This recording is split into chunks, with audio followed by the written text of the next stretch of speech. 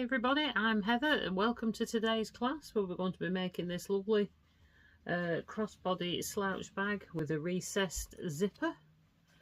It's got a lovely contrasting lining, nice contrasting lining with 3 pockets, 2 big slip pockets and a zipper pocket inside, and then you've got a nice big zipper pocket on the back which goes all the way down, practically almost all the way down to the bottom.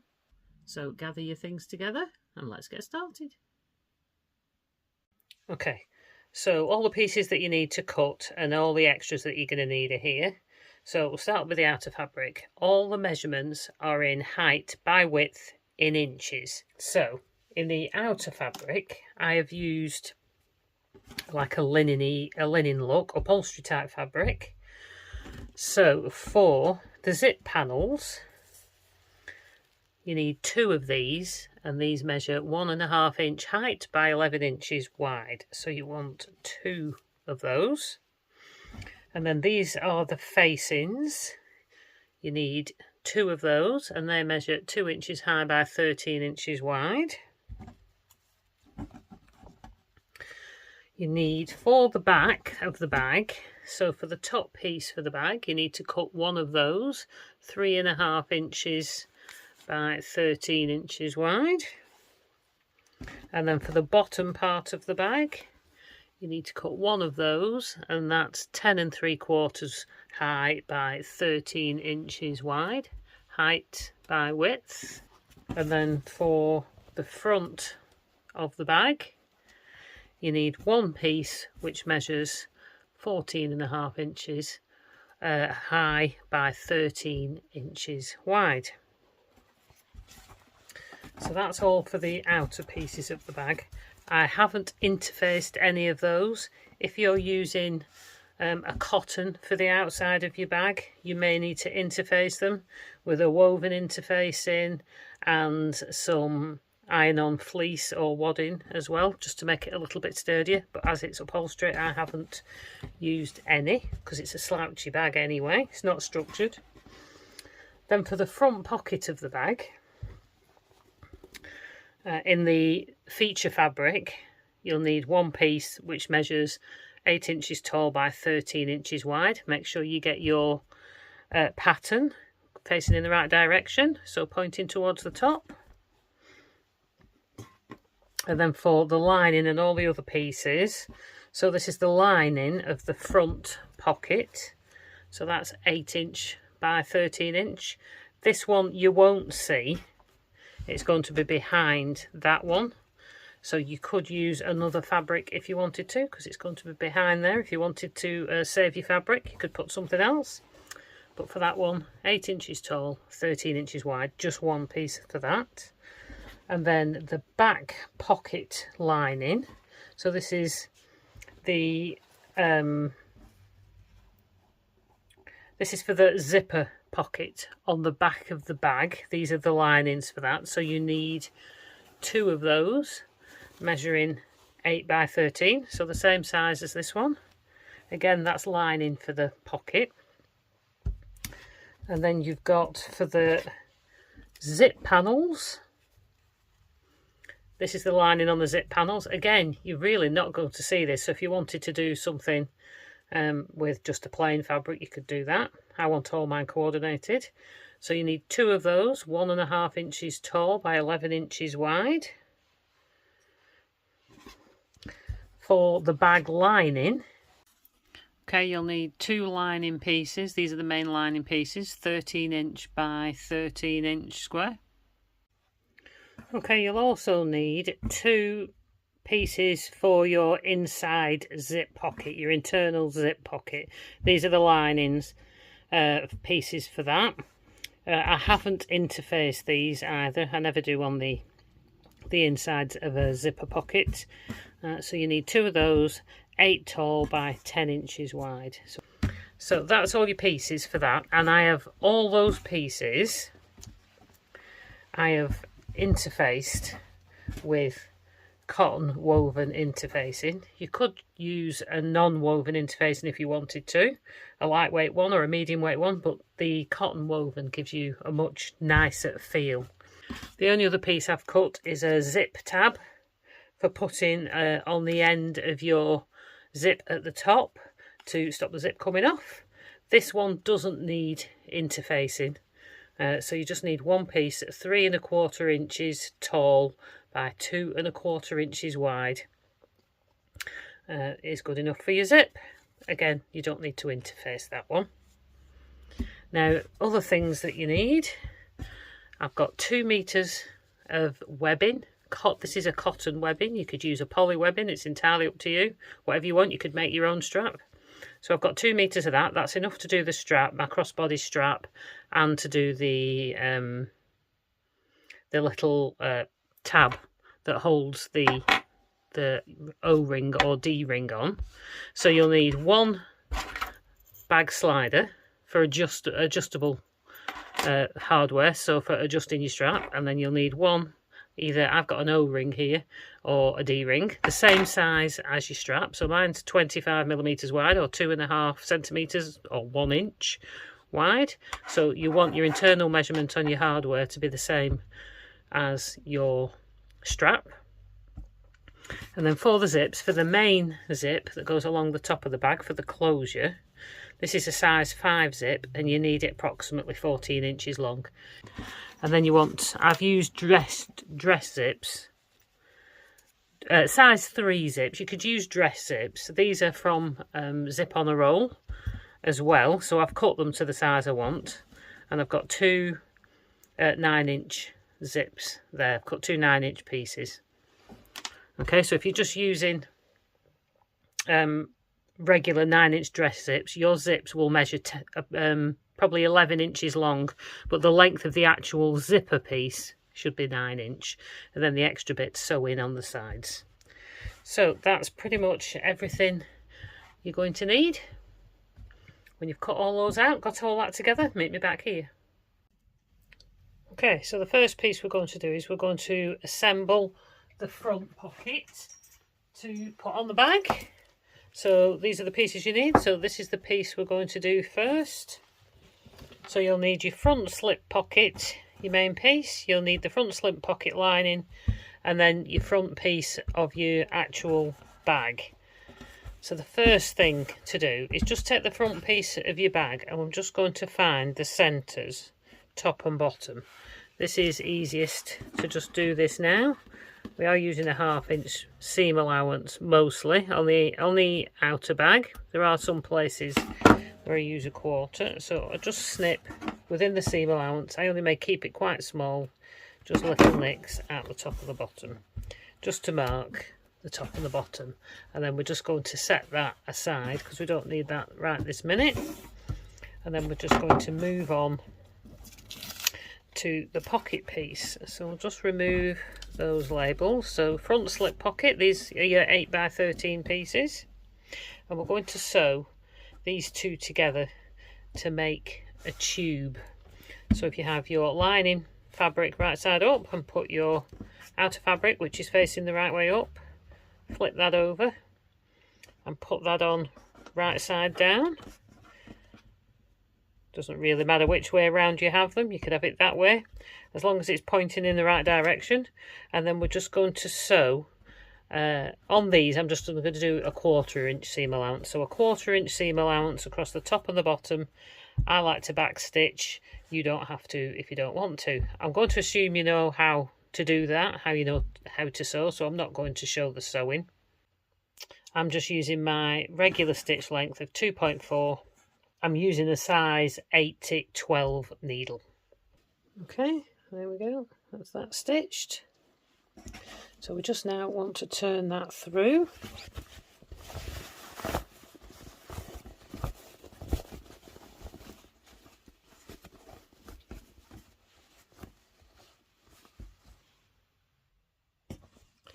And then we're just going to roll our seams out so you don't see the lining. And then we're going to press that. So you need to press your seams so it sits nice and flat. And then we're going to top stitch along the top. So I'll just give that a quick press. Okay, there we go. I've just given that a good press. Then just make sure you don't see your lining on the right side. It's all right if you see your outer on the lining side, but you don't really want to see, unless you want to roll it. You can make it look like so you've got binding across the top if you want to do, and you can press it down about 1/4 of an inch like that, and it does make it look like it's bound at the top. But I want to totally focus on this print, so I'm now going to take this to the sewing machine, and I'm going to sew along about 1/8 of an inch from the top edge, using approximately between 3.5 to 4mm stitch length. I like a 4mm stitch length for my top stitch, and if you do it in triple stitch, I don't know if you know what that means, it gives you a much bolder stitch line. If not, just stitch with your regular straight stitch. I'm just going to show you, if you want to do the triple stitch, I'm just going to show you how I do that. That's this one here. Looks like that. It gives you a much bolder line, it gives you a thicker top stitch line. Okay, so I'm going to do this at 4mm stitch length. So along the top edge, making sure your lining's not showing. Now I'm just going to line, to get my 1/8 of an inch, I'm going to line up with my 1/4 inch mark on my machine and move my needle right over to the right. That's roughly at 1/8 of an inch. So your triple stitch goes forward, back, forward.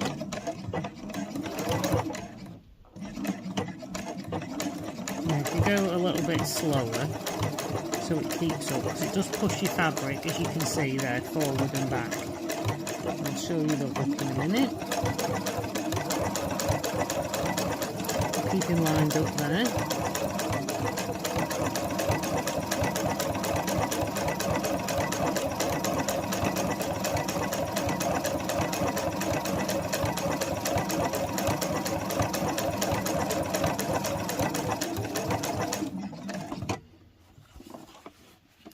Okay, there you go. It gives you a lovely bold top stitch look.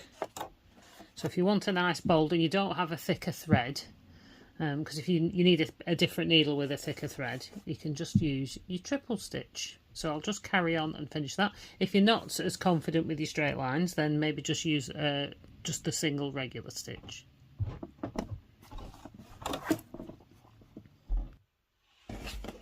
Okay, there we go. That's top stitched with a triple stitch. Okay, so the next thing is you need to take your front panel. Let's take this off. Make sure it's in the right direction. Long edge to your left and your right, shorter edge top and the bottom. You'll need a ruler just for measuring at this point. Okay, I've got my ruler and I've got some pins. You can use clips, use whatever you like. And we're going to sew this pocket on 3 inches up from the bottom. So we're going to line up the 3-inch mark with the bottom edge of the bag, and then line up your pocket. Okay, so it's going to be here like this. And then we're just going to pin this on. So we're now going to stitch this in place. So again, I'm going to use a longer stitch length because we're going to baste it in on the 2 sides and then top stitch along the bottom and put 2 top stitch lines up the centre. If you want to do a top stitch line triple stitch like this, if you've done the triple stitch, then you may just want to baste this side, then baste this side at just a regular, using a regular normal stitch, and then you want to switch to your triple stitch and then triple stitch along the bottom of here so that it matches the top. Okay, so I've basted the 2 sides in just with a regular stitch. Now, a tip for when you're doing that is you're going to stitch on the front side here, and then when you do this side, flip your work over and stitch from the top down this side. If you turn this round and stitch from the bottom up on this side, then you could push your pocket up slightly and you might get a slightly wonky pocket. It might be higher on one side than the other. So if you flip it over and stitch from the other side when you're doing that side. Okay, so now I've done those, I'm just going to top stitch along the bottom. Again, I'm going to do the triple stitch just like I showed you at the top. Okay, so there we go, got the top stitch the same as the top. Okay, so now we're just going to do the 2 lines down the centre of the bag. I'm not putting the rivets in today. Depending on the size of the rivets, if you want to put rivets in, you could do your lines slightly wider apart if your rivets were bigger. So if you measure in approximately 6 3/4 inches, again I can just see that, so 6 3/4 inches along, and then just measure about 1/4 inch past that line the other way. Should roughly give you 2 lines down your central pocket. So now I'm going to stitch these with my triple stitch. Again, you could just stitch them with a straight stitch, you don't have to do the bowl stitch. You could just do a regular stitch. 4mm long. Do whatever you've done on these to match. So I'm going to start this time stitching at the bottom. So I'm going to have both threads out on my machine so that I can pull it through the back, so you've got no loose threads at the front. Stitch up here, stitch across your stitches there, and then stitch down that side and then across to there and finish that off. And the 2 lines just make it a little bit stronger when you're doing your pockets. So when you put things in, there's a little bit more strength here. Okay, so if you've done triple stitch, don't forget, and you've got your needle moved over, I'm just going to move my needle back to the middle. I'll just have to set it again to 4mm and my triple stitch length. Okay, so I've both threads out. So this time I'm starting at the bottom of the pocket, not the top. So I'm going to start at one side. So do your best to line it up. I'm just going to put my needle down so I can see where I want it to be. So I'm going to start there. Now on my machine, I don't know about yours, I can't back stitch with triple stitch, so that's why I've got both threads out, so I can feed them through and tie them off afterwards. But bear in mind, it does go backwards and forwards, so it's quite a tight stitch anyway. Okay, so I'm just going to go up the one side on my chalk line.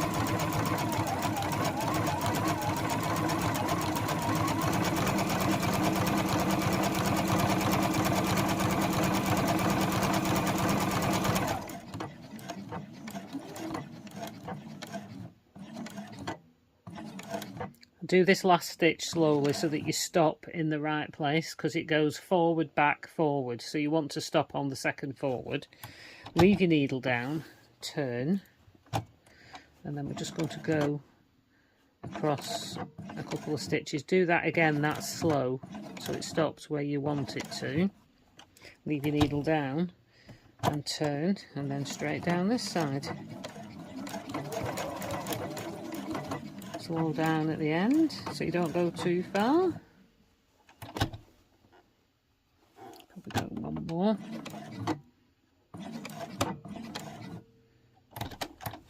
And then I'm going to stitch across to there.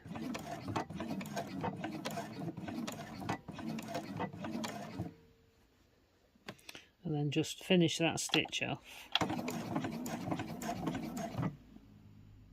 Now I'm not going to cut my thread, because I'm just going to fasten them off at the back.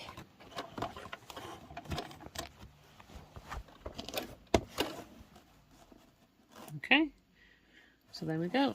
That's your box all stitched. Okay, there we go. So that's all stitched there.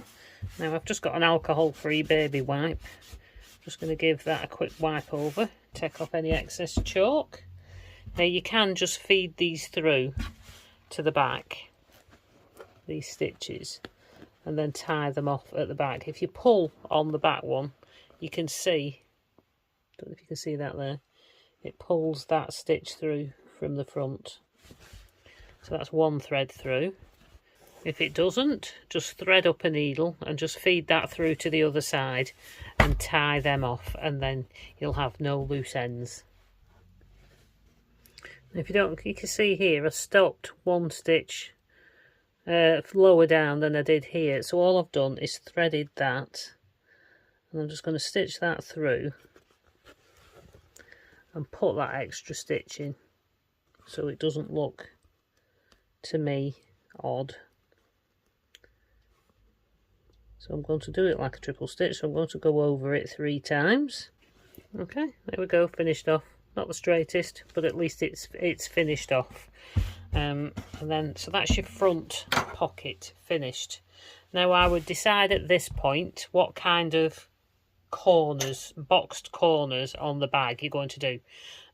Depending on how you box your corners, you need to decide now, because if you like to cut them out first, you're going to need to do that now on this piece and on the back piece and on your lining pieces as well.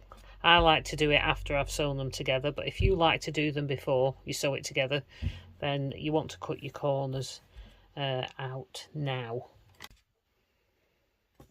So if you're cutting them straight out of your fabric now, you want to cut yourself 2.5 inch boxed corners if you like to have the pieces cut out and do it first. If not, just wait until I do it. If you're unsure, there is a little video that I can link in underneath on how to do box corners 3 different ways, so you can go and take a look at that if you want to do and decide how you want to do them yourself. Okay, so that's your front panel finished. So now we're going to switch and do the lining pocket, slip pocket. Okay, so the next thing we're going to make is the lining slip pocket. So the double slip pocket inside the lining. So we're pretty much going to make that exactly the same as we made for the outer slip pocket. So you need your lining slip pocket and you need one of your bag lining pieces. Okay, so it's good to mark centres top and bottom on both pieces. This just makes it easier later as well when we're putting things together. So just do a little snip in the top and the bottom of each. Then when you've done that, take your lining slip pocket. If you're using one big piece like me, all you need to do is put the two raw edges together and then stitch them at 1/4 to 1/2 inch seam allowance, just like we did before, and then you'll turn it through to the right side, give it a good press, top stitch along the top, and repeat what we did at basting along the sides. So putting a top stitch on the bottom and the one, you can either do 1 or 2 lines down the centre. 2 lines makes it a little bit stronger. And then again, you're just going to attach it to this 3 inches up, exactly like you did on the front. So we're basically just repeating what we did here. I'm just using one piece of fabric instead of a different one for the lining than the outer. So when you've done that, meet me back here.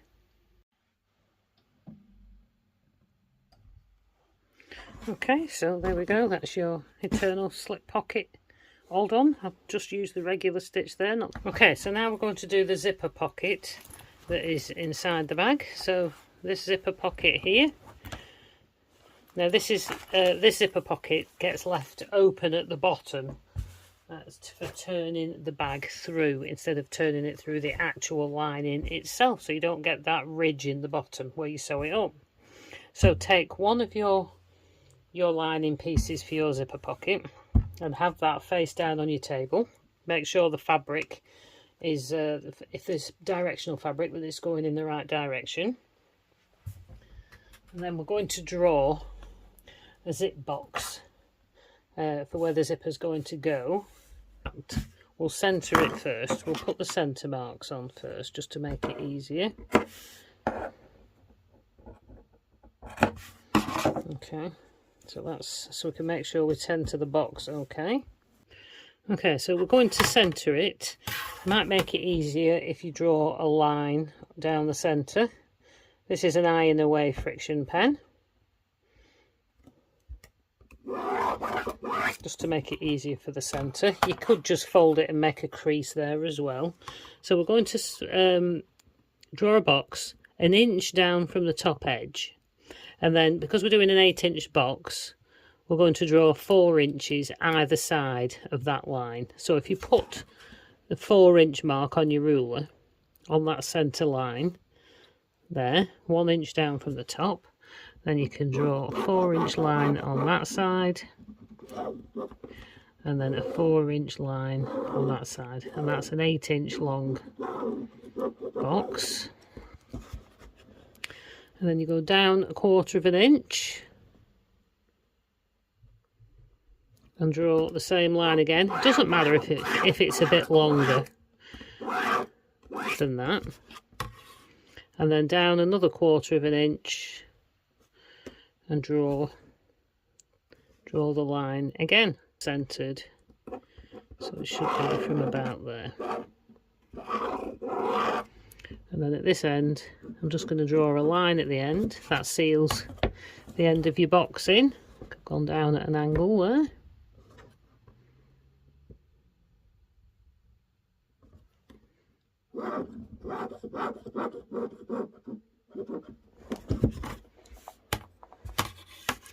Okay, and then just draw a line at the end there, just to seal it in. So you should have, I don't know how well you can see that, but you'll have an 8-inch long box.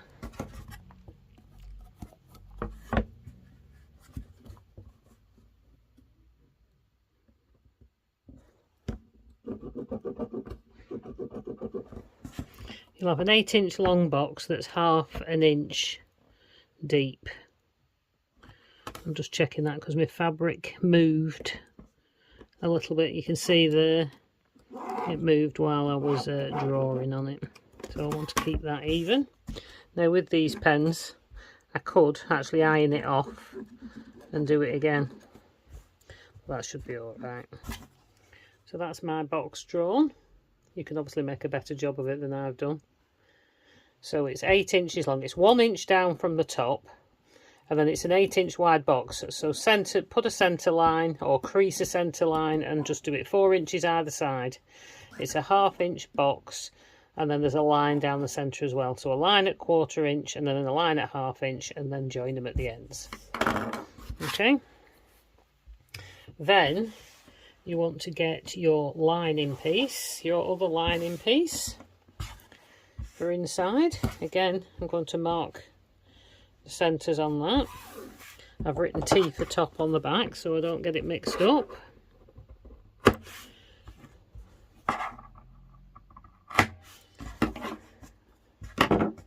That makes sure you've got them the right way around. And then you're going to line. So then you're going to line up your pocket 2.5 inches down from the top, centered. So it doesn't really matter which line you put, that mark there is the center. So I'm just going to use any line. I'll use the 6 and then put that 2.5 inches down, put this number 6 on the center line, lined up with the top at 2.5 inches. So 2.5 here, 6, I've just lined number 6 up. So you can then line the center of your pocket up there along the edge of your ruler, and then your pocket should be in the right place. So we're just going to put a couple of pins in this to hold it in place. Okay, so that's pinned in. So you've got your lining piece right side up, and then you've got your pocket piece right side down facing against that, so that you can see your box here at the top. It should be, there'll be 1 inch on either side here. And then I've just pinned that in place, and what we're going to do now is take it to the sewing machine and stitch all the way around this box. So I like to stitch this with a smaller stitch, so I'll do this at 2mm stitch length. Doesn't really matter where you start on the box. And then make sure to backstitch. And then you're just going to stitch all the way around the outside of this box on the line.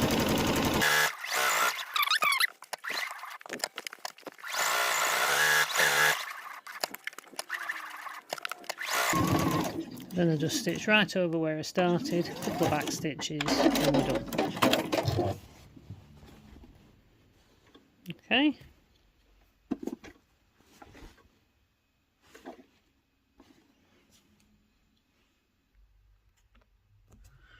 Now we're going to cut on this drawn line here, but before we do, if you measure about 1/2 inch in from each end and draw a line from that point on the centre line to the corner, we've cut these triangles, so about 1/2 inch from the end to the corners. We're going to cut this line here and then down these sides of the triangle to your stitches at the corner. So the easiest thing to do is you can either start it off with a seam ripper, or if you've got some really pointy scissors, you can fold it in half, but I like to just start it with, so you can get your scissors in, put your seam ripper in, because you have a blade in that, and it just makes a hole big enough to get your scissors in, and then cut down this centre line only to the tip of that point, and then cut right up as close as you can to your stitches without cutting through.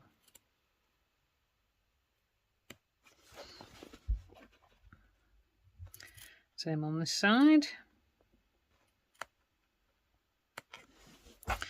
Okay, and then do the same at the other end. You're cutting through both layers here, front and back fabric.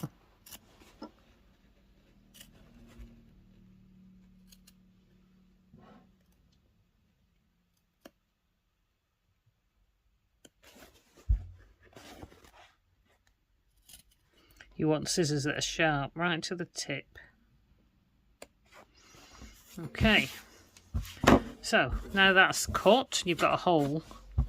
You're going to take this fabric, your lining piece, and push it through that gap to the other side. Turn it over, and you'll see the right side of your fabric then. So if you pull these through all the way around, and then once it's through, give it a good press from both sides. Okay, there we go. So that's ironed at the back. If you find you're getting puckering at the corners, you can see a bit here on the lining. If you find it puckers, now that's a crease ironed in, but if you find it puckers there on the corners when you're trying to iron it, it won't iron flat. It's probably because you've not snipped quite close enough. And if you can possibly snip a little bit more without snipping through your stitches, then you want to do that. If it's on the inside, it doesn't really matter. It's more if it's on the outside. You don't want puckers here on the corners, but as you can see, I've got mine nice and flat. You want to do your best so that you don't see your lining. Although saying that, if you've got a contrast colour lining, say I used the orangey colour for the lining of my pocket, it's sometimes good to show the lining just like by about 1/8 of an inch, a little tiny bit all the way around, and it makes it look like it's piped around your zip. If you have trouble getting it to lay flat without showing your lining, if you iron your seams open first, that can help sharpen it when you fold it back then and then press it. Now, I would take a bit more time than I've done to try and get it so that lining doesn't show, but do whatever you're happy with. Okay, so next you need your zip, your 8-inch zip or 9-inch piece of zip on a roll, whichever you're using. You need that next for inserting here. Okay, so I've got my zipper. It's longer than the gap, as you can see. I've also got my fabric glue pen, or you can use 1/4 inch quilting tape, or 3, if you've got an 1/8 of an inch quilting tape, it's even better, 3mm. So turn your project over to start with. If you've got a glue pen, I'm just going to run that around the edge of the zip box. Don't spend too long doing it because it does dry quite quick. Okay, and then lay your zipper on the table, and then you're going to try and line up your zip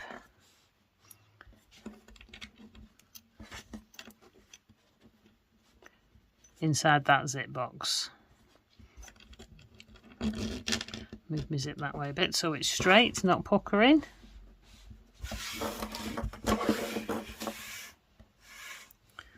Okay, that's just easier for me to see this way. Try and get it as straight as possible.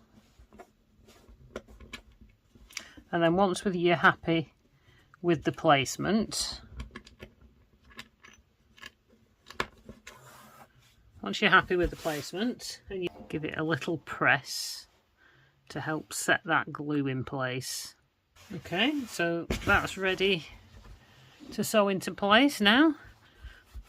So we're now going to sew 1/8 of an inch away from the box all the way around. So again, I'm going to use a longer stitch length. I'm probably only going to use 3mm stitch length this time, and I'm going to sew all the way around the box, which will sew the zip into place.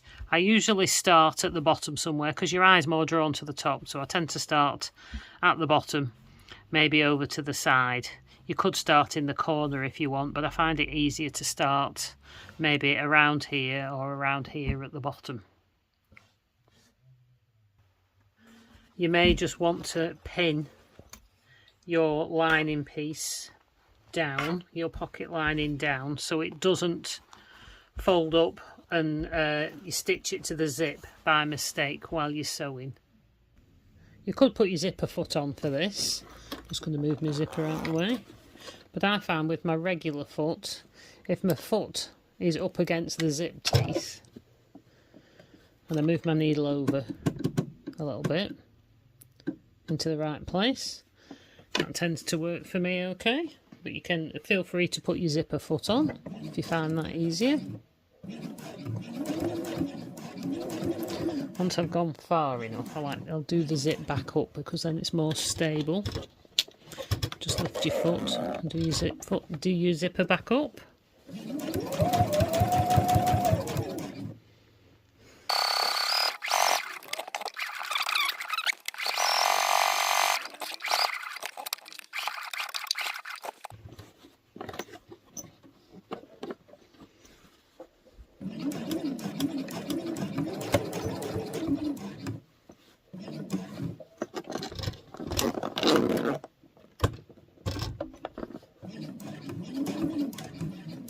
I'm just stitching back over where I started because I was on a shorter stitch length there. Okay, a couple of back stitches.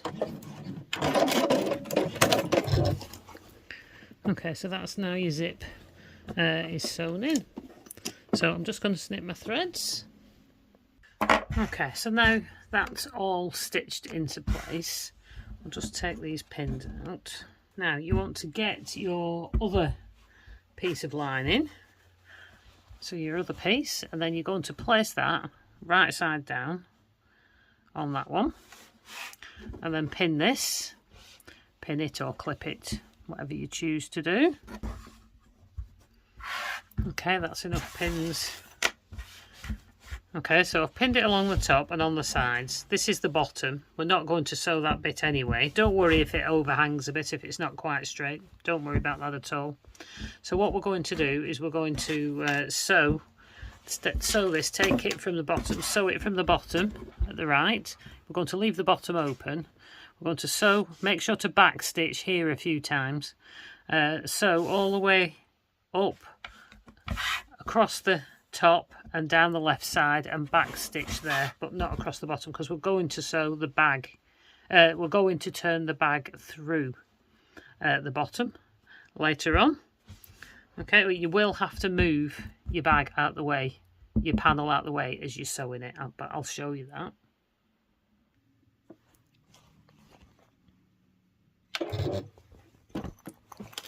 Okay, so you want to make sure that you move your bag out the way. I've already stitched this, but it didn't record, so I'm just doing it again. So back stitch here at the bottom a couple of times. So I'm just sewing with the width of my foot on here.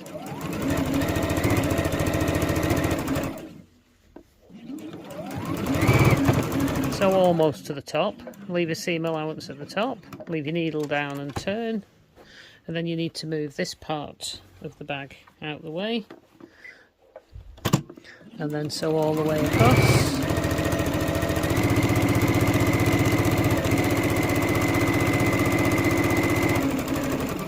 Stop at the seam allowance at the edge, leave your needle down, turn, push this part away. You don't want to stitch any of the panel to the bag. And then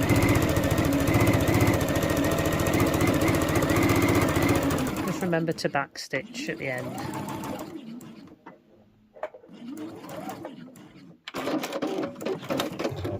Okay, and we're not going to stitch the bottom open. This is going to be used for turning the bag through later. Okay, so that's your pocket from the back, and there's your pocket from the front. Okay, so I've got a matching lining. So leave that pocket open now, then you don't forget later to make it easier for when we come to turn it through. Okay, so next we're going to assemble the back of the bag. Okay, so this is what it's going to look like. It's in a couple of pieces. You've got a piece here, you've your zipper with your tabs at the end, and then you've a bottom piece here. Now, I forgot to tell you at the beginning, in the pieces to cut out, is you need 4 tabs in fabric to match your outer fabric. You can do them to match your lining if you want to. These need to be 1.5 inch deep by 2.5 inches long, and you'll need 4 of those. So if you won't have cut them already, I might have dropped a note in at the beginning, but if you haven't already cut them, now's the time to do that. So if you just cut yourself 4 pieces for tabs. Okay, so we've got those 4 tabs. You need your back top piece, 3.5 by 13. You've one of those. You need your back bottom piece, 10 3/4 by 13. You'll have your zip. You've got your tabs. It's 2 for each end.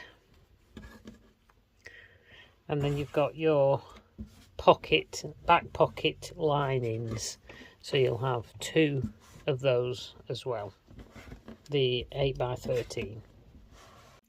Okay, so our first job is to attach our tabs to our zipper. And we'll need, you can use your glue pen. Don't need much else really. So all you're going to do is you're going to take 2 of your pieces. So make sure the end of your zip is straight. So I'm just going to straighten that up. Now you could heat seal that with a lighter as well. Okay, so all you need to do that is just use a lighter and just waft it across the end, and it just melts the end so it doesn't fray anymore. Okay, don't do it for too long because we don't want to burn it. Okay, so then we're going to get our glue pen and just put a little bit along the end, because we're just going to do about 1/4 inch seam allowance. Get one of your tabs and put it right side down, raw edge to raw edge, and just press that down. There's some that will overhang each side. Now you could clip that as well if you wanted to. Make sure it stays in place, and then flip that over, and then do the same on the other side.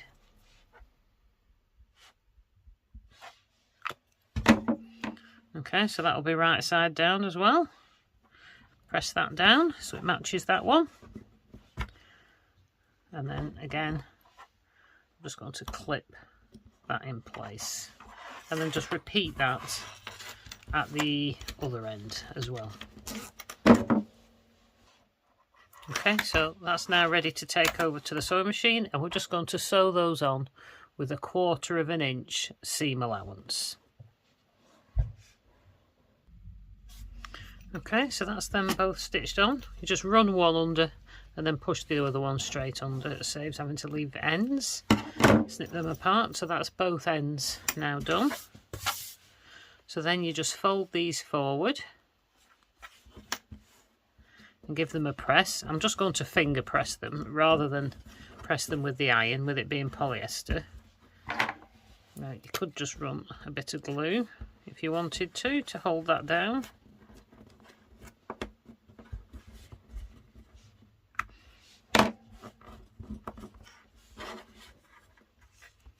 Okay, so they're nice and tight there. And then do the same at the other end. Okay, so that's now ready to sew. So just take that to your machine, and then using the top stitch length of between 3 and 4, whatever you used before, and then top stitch along both these edges here, about 1/8 to 1/4 of an inch from the edge, or somewhere in between. Just going to clip that just to make sure they stay put. Okay, you may want to use a bulky seam aid or hump jumper here if you have one. If not, you could just roll up a bit of cardboard and put it at the back. This just levels your foot out with it being a bit thicker fabric. Okay, so I'm just going to do it there. I'm going to do a 3mm. I think I'll just do a 3mm stitch length here.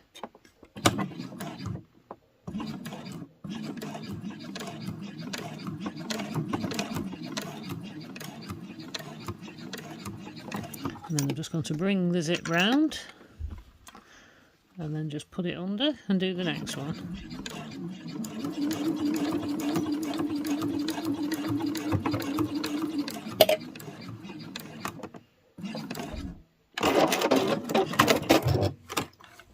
Okay, there we go.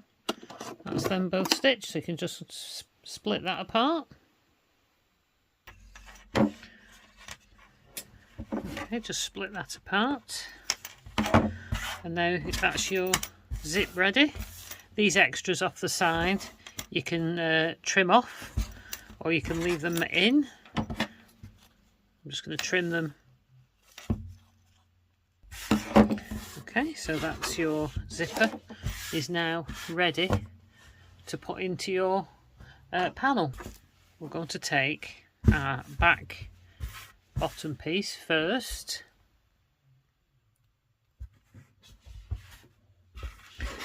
and then you're going to put your zip right side down. Now you need to decide which way you want to open it when it's on your person, so bear in mind that the back will be against your body, and if you're right-handed like me, I like it at this end so that then I pull it open that way. My hand goes down the back of the bag and I pull it open that way. But if you want to pull it open from the other direction, just remember to turn it around and have it that. Just put it up against your body if you're not sure to see roughly which way you want to open it. It would be easiest for you. You also might want to make sure that this opens in the same direction as on the top zip on your bag. So decide which way you want your zipper to open at the top of your bag. Now I've got mine going from, this is the front. If you're looking at the front, my bag will open from right to left. But when it's on your person, you've actually got it across your body, this is against you, and so I unzip from the left to the right, because I tend to hold the bag with my left hand and unzip with my right hand because I'm right-handed and I carry it on my right. But on the back I've got the zip at the opposite end, so make sure, if you're bothered about that kind of thing, if you want your zips going in the same direction, that should have been on the other way around, really. So I'm going to have it at this end. So just flip your zip over, and we're just going to put this in as we would normally any other zip. So we want to centre it first, make sure it's centred.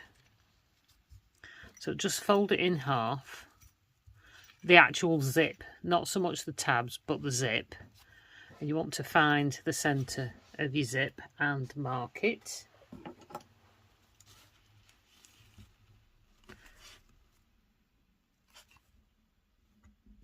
I don't want to cut it, so I'm going to mark it on the back because I'm putting it right side down. And then you could either use 1/4 inch tape along here to stick your zipper down, or you could just clip it.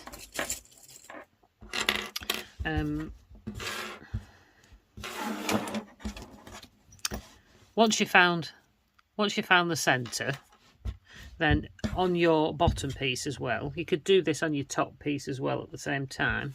Find the centre on those as well. I'm just going to put a little snip in that.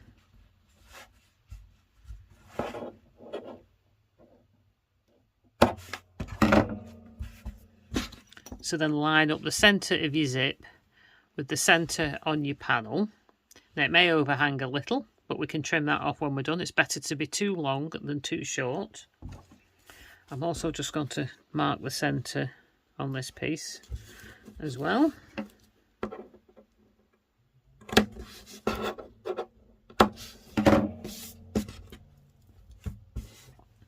And then you could also do it with your pocket pieces as well. Okay, so now if you're not using glue or tape or anything like that, I'm just going to clip it. If you pin it in place, as you're sewing, it can push it out of shape using pins, can warp your zip slightly. So I'm going to do it, rather than sew the outer and the lining at the same time, I'm just going to sew this first, sew the back outer, and then I'm going to sew the lining on second.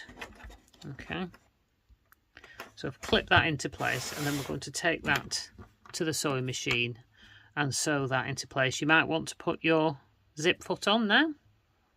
Okay, so I've put my zipper foot on, I've clipped it onto the left side.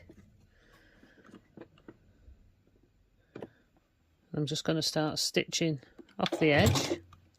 Now, when you're doing it this way, where you stitch it onto the outer and then you stitch your lining on second, you can always do a smaller seam on the first one. So whereas I would normally do it at 1/4, you could do it at 1/8 of an inch, or you could do it at the full 1/4 of an inch, and when you sew your lining on, you follow the line you've already stitched. So I think I'll show you, I'll do it at less than 1/4 of an inch, I'll do it at about 1/8. Okay, so this will hold it in place without tape, so that when you put your lining on, it shouldn't move.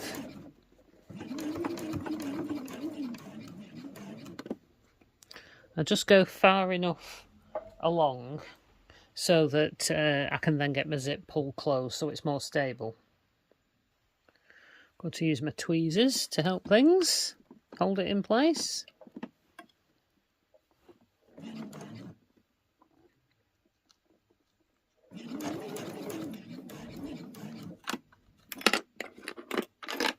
You could use your glue pen as well to help hold it in place. Right, I should be able to close that now.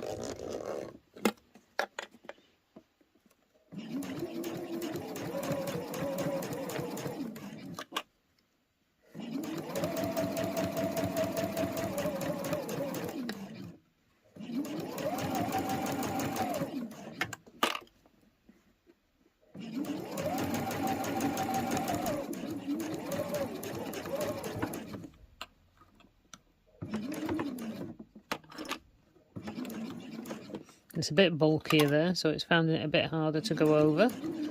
Again, you could put your seam aid on there. Okay, we don't need to backstitch. Okay, so once that's done, that's at less than the seam allowance will be, so that we're now going to put the lining on.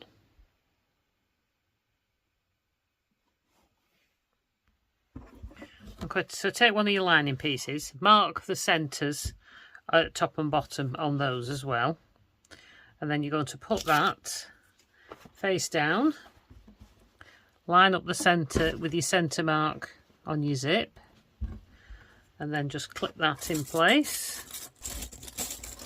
I'm not worrying that it's showing slightly a little bit short. I've cut it a little bit short on that side because it's a 1/2 inch seam allowance and it'll be fine. Okay, I'm just going to pull my zipper open a little bit first, and then we're going to sew this at completely at 1/4 of an inch. I'm going to basically do the width of my zipper foot. Okay, I'm basically doing the width of my zipper foot here.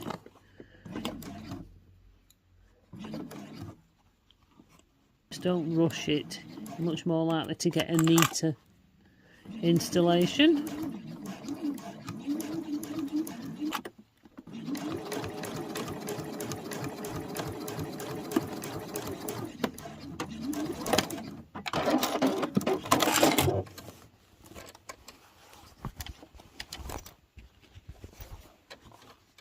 Okay, so that's in place. Okay, so that's your zipper, your lining piece sewn in. Slightly over to the right, but it'll be all right. And then you need to give it a press. I want to turn my iron, make sure my iron's not on too hot. It shouldn't be. I'll press it mainly from the back. Just get that crease in. So that's our piece ready. Now we can either top stitch it now or top stitch it later. I'm going to do the other side before I top stitch it. Okay, so you've got your prepared panel right side up, your linings folded over to the back, and then this is your top panel, and I've marked the centres. So if you have them in this position like this, and then you just flip that down so it lines up with the top edge of your zip. And I can't use the mark because it's iron away and I've just ironed it and lost it. So I'm just going to centre it, make sure it's centred. And then again, just clip this into place. And then stitch this at about 1/8 of an inch. And then I'll add the lining, just like we did before. And stitch that at the width of my zipper foot, which should be about 1/4 of an inch. I'm just going to open the zipper a little bit so it's out of the way when I start. Okay, so I'm just going to sew that on just like I showed you before. Okay, so that's that piece stitched on. Don't forget as well, if you've got quilting tape, the 1/4 inch quilting tape, you can use that to stop things moving, and it does make it a lot easier. But mine's either run out or I can't find it. I don't know which, I can't remember which. Okay, so we're going to flip this over now, and then we're going to put our lining, our other lining piece on. So you've got your lining face up, and you're going to put this lining piece face down, right side down, up against the top edge. I'm going to line it up with the other lining piece that's there so that the sides match. Clip all that in place and then stitch that in place just the same way at the 1/4 of an inch or the width of your machine foot. Okay, so that's our second lining piece sewn on, just exactly the same as we sewed the other piece on. So again, you want to fold these up and press this, and then the lining piece is going to fold down to the back.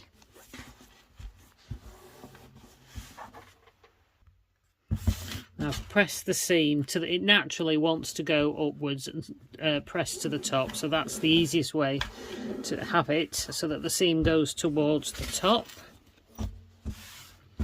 And then we're just going to top stitch these two pieces now. Okay, so when you're top stitching, have your two lining pieces open so that they're either side of the zip, otherwise you'll end up stitching one to the other. and then your two top pieces of fabric are open like that as well.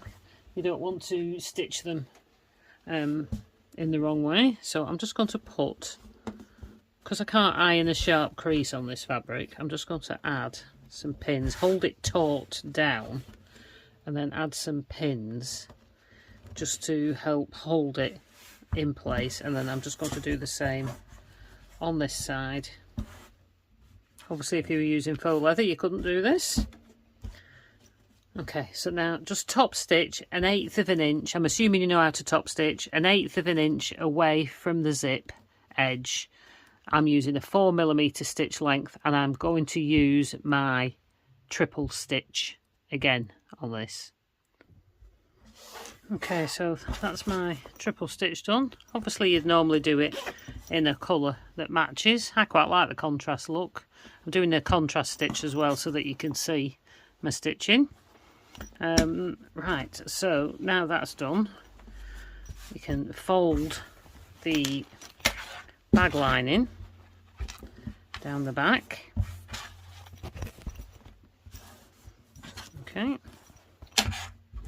and you will find that one's longer than the other, so you can now trim these to match. So you can just take these, trim them up to match. I'll just give that a bit of a press along the top. Okay.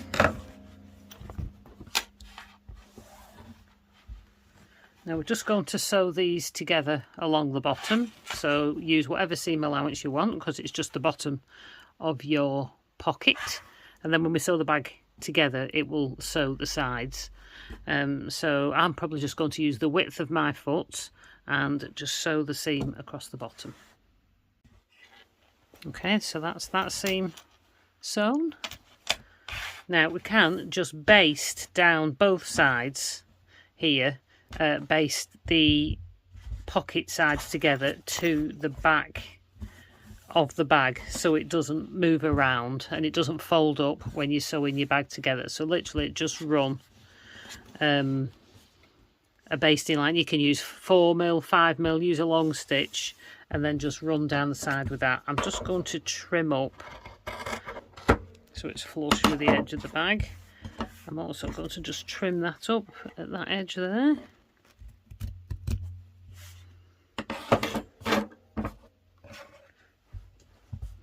Okay, and then I'm just going to stitch these two sides down. You don't need to back stitch at the start and the finish, it's just to hold it in place.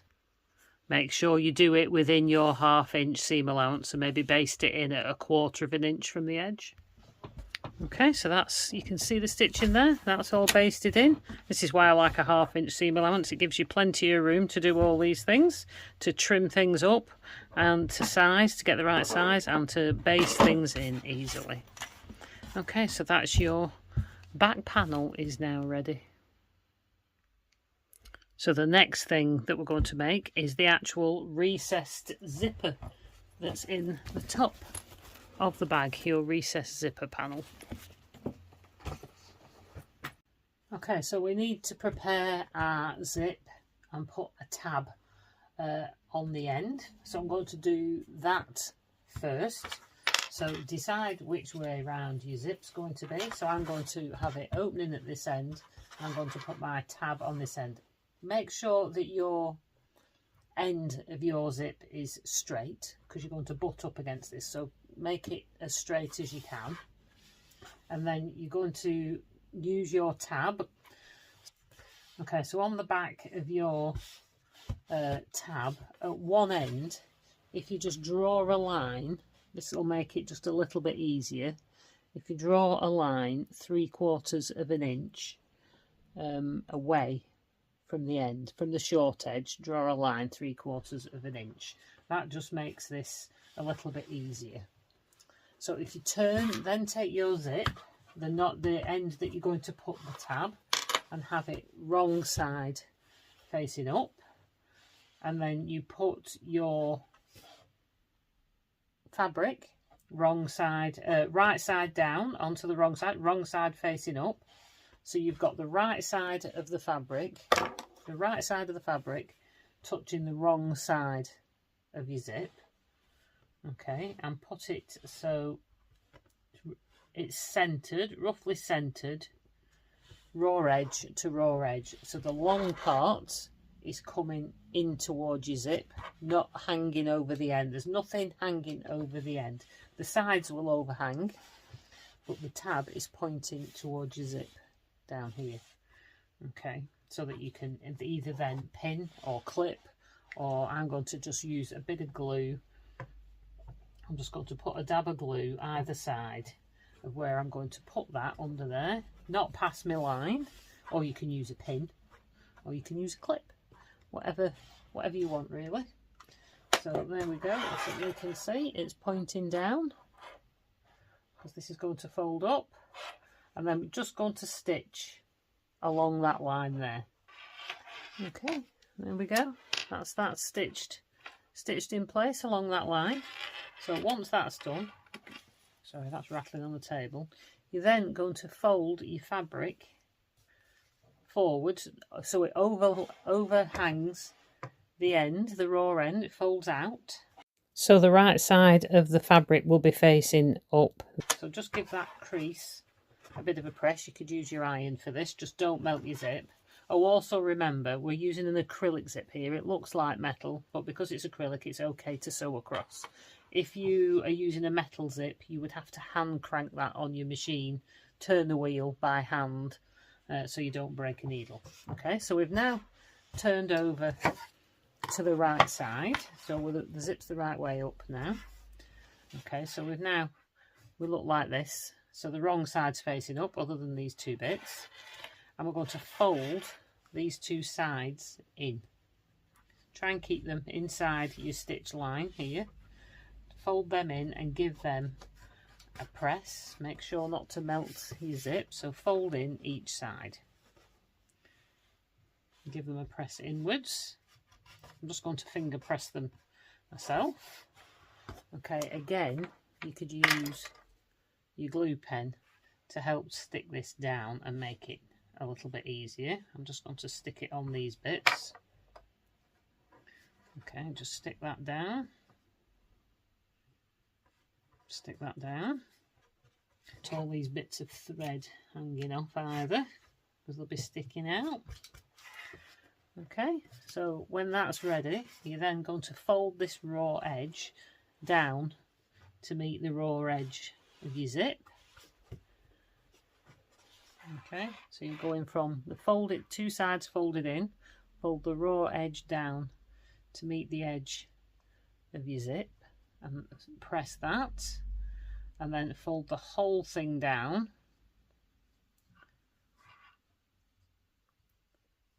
so that your folded edge is on the edge there like that. You can just take it so it just passes the line that you've sewn. Okay, covers that up. Now you can put a clip on each side, and then you can either glue or clip that into place. Now I'm just going to add a couple of clips onto there. Okay, now if you find you struggle to get it to completely cover your stitch line here, you can just fold it slightly back a little bit so it's a bit further away from the cut edge, and then you've got a little bit longer of a piece to bring over. And then I'm just going to clip that in place. And then we're going to stitch this round in a box all the way around the edge of that little rectangle there. We're going to stitch all the way around at about 1/8 of an inch in from the edges. Okay, so you want both ends out on your thread so it doesn't nest at the back, because you're going to see both sides of this sewing. So bring up both ends. Okay, so I'm starting in the bottom back corner. Choice is yours where you start. I'm going to use a 3mm stitch line and sew about 1/8 of an inch away from the folded edge.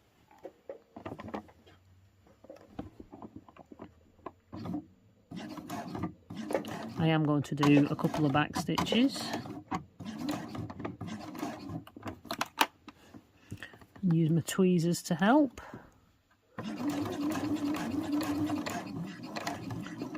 Stop in the corner, lift your foot and turn.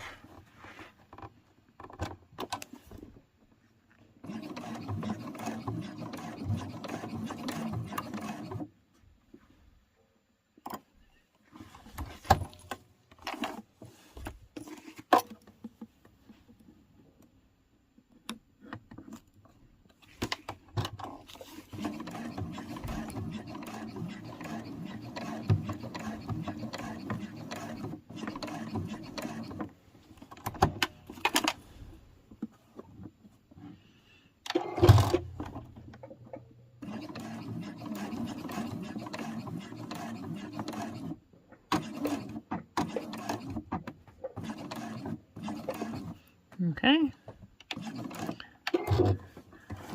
cut the ends.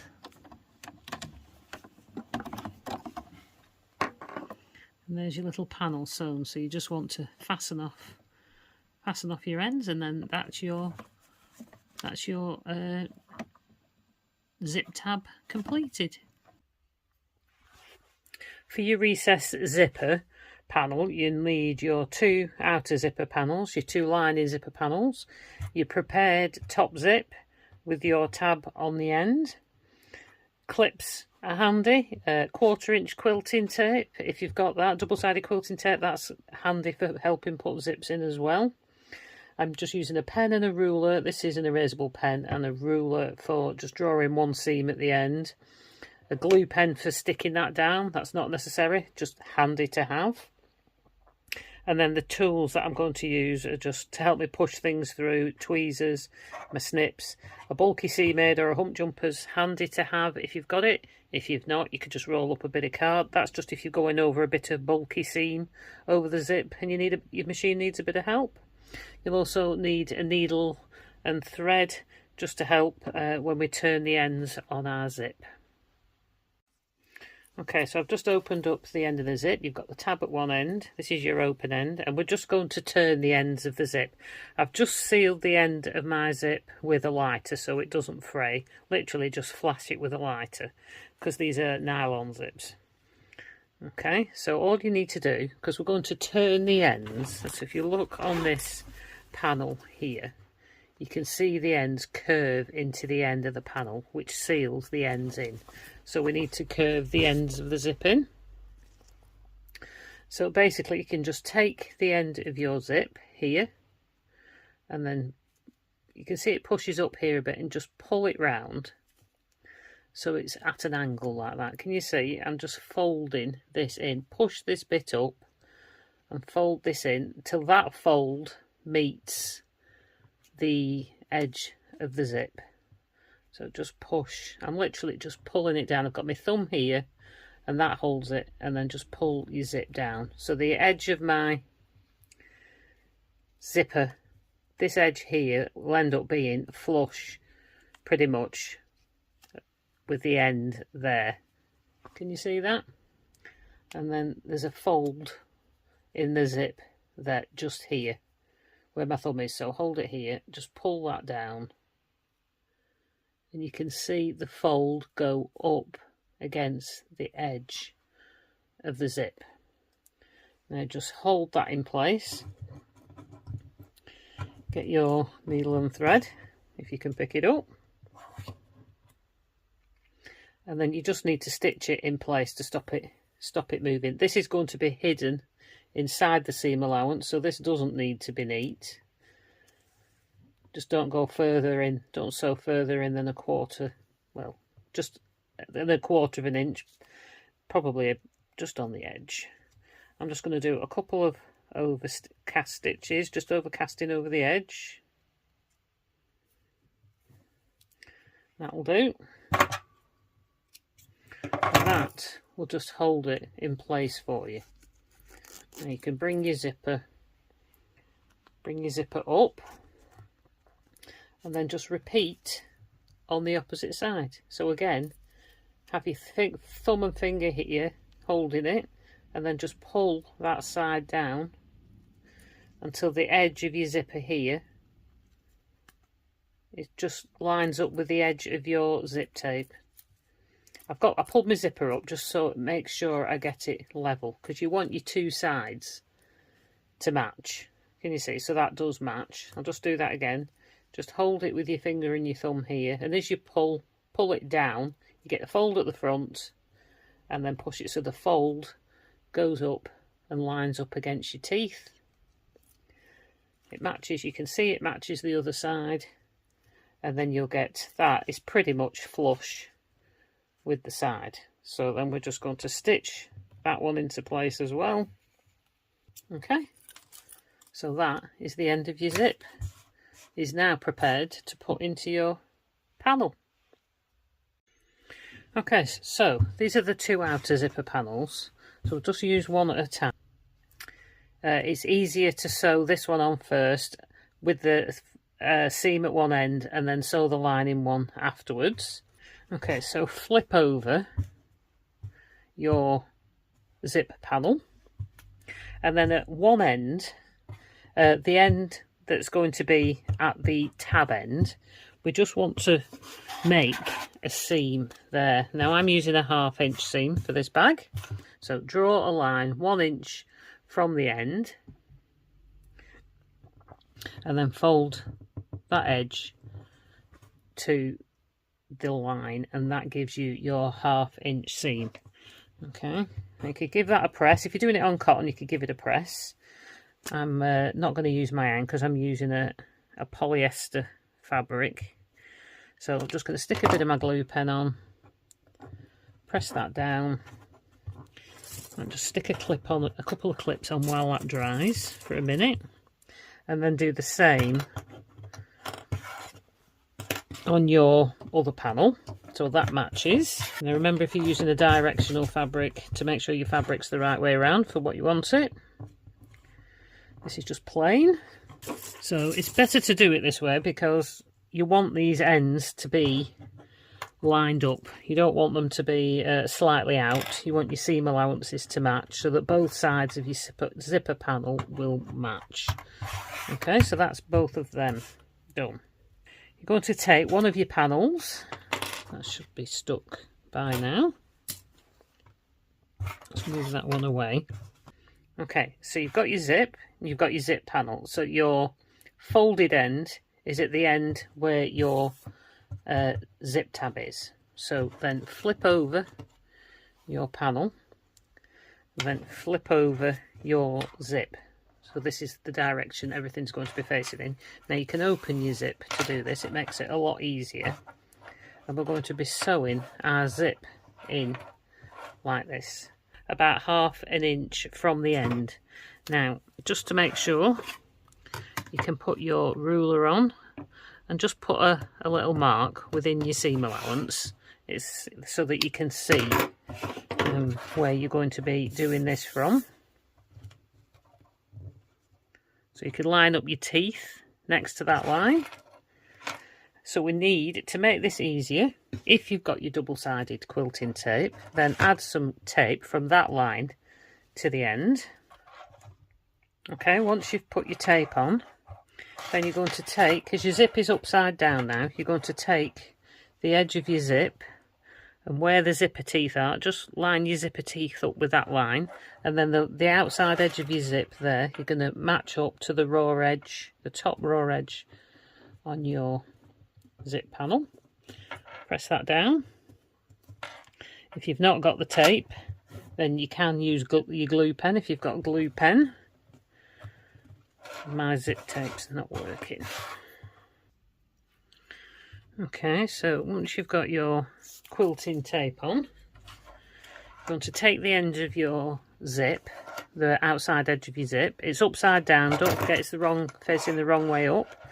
So line up the top edge against the top, and then put your teeth, these teeth here, up against the line. So I've got them up against that 1/2 inch line. And then just press your tape down or if you haven't got that, add your clips. You can use your glue pen.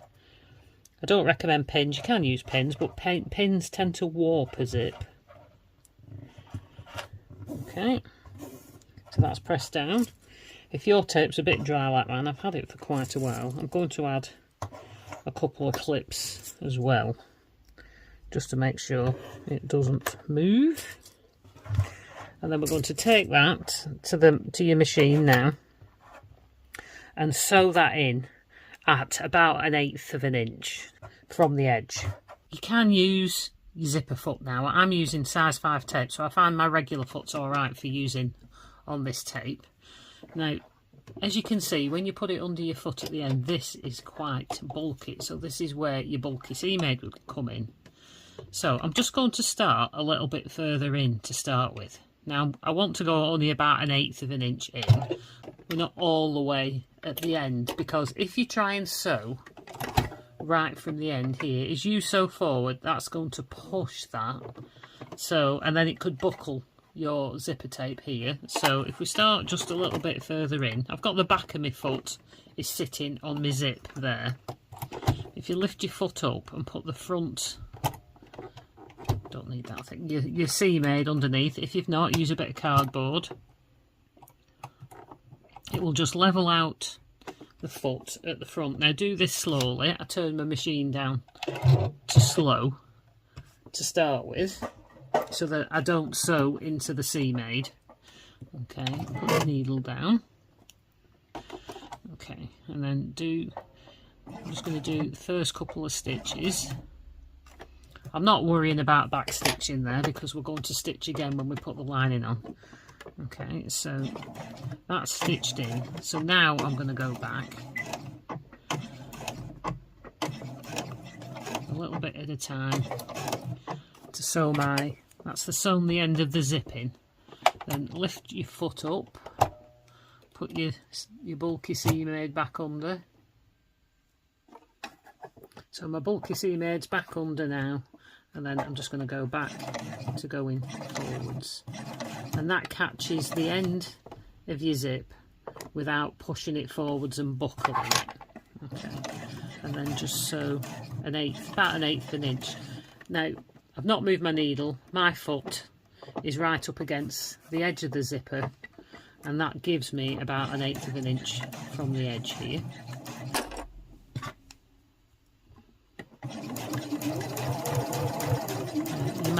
You don't need to backstitch here, because we're going to put another thing in, but you might want to do, just so it doesn't come undone. There we go, a couple of back stitches, put your thread, and then there we go, that's sewn in at 1/8 of an inch. There's no buckling on the zip, it's not pushed it forward or anything. You don't see, it didn't need to sew that bit there on this piece. Okay, so now that is held in place. Okay, so once your tape is on, I've gone right to the end this time. We're now going to stick the lining on that. Okay, so once your tape's on, I've taken the backing off. Tape's gone right to the end. So I've drawn a 1/2 inch line on the end at this end, so I can see where I'm going to sew. So stick that down, and as you will see, it's going to overhang this end by 1/2 inch.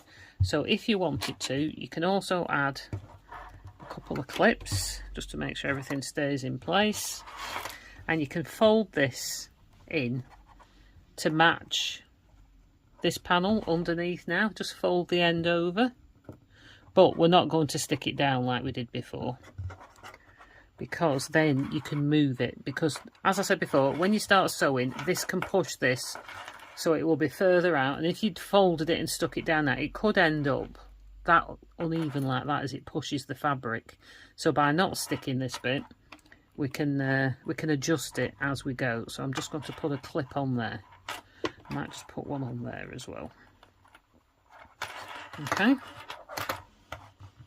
make sure everything matches, and then we're going to go back to the sheet machine. You may want to put your zipper foot on for this bit. Okay, so we're back at the machine. So I'm going to put it so I can feel there. That's my foot right up against the zipper tape. So I'm going to move my needle across so it's about 1/4 of an inch, which is, I'll just put my needle down. That should be right, 1/4 of an inch from the edge. Just use my ruler, I can go over a bit more.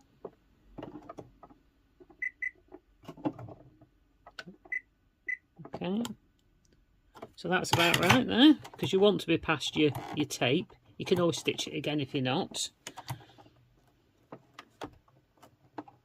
So I'm not starting right on the end again. I'm starting about here. So I'm past the teeth. The back of my foot is sitting on the teeth. And then you go forward a stitch, and then I'm going to go back over those teeth. You might need to put your seam aid under. And I'm going to sew to the end this time.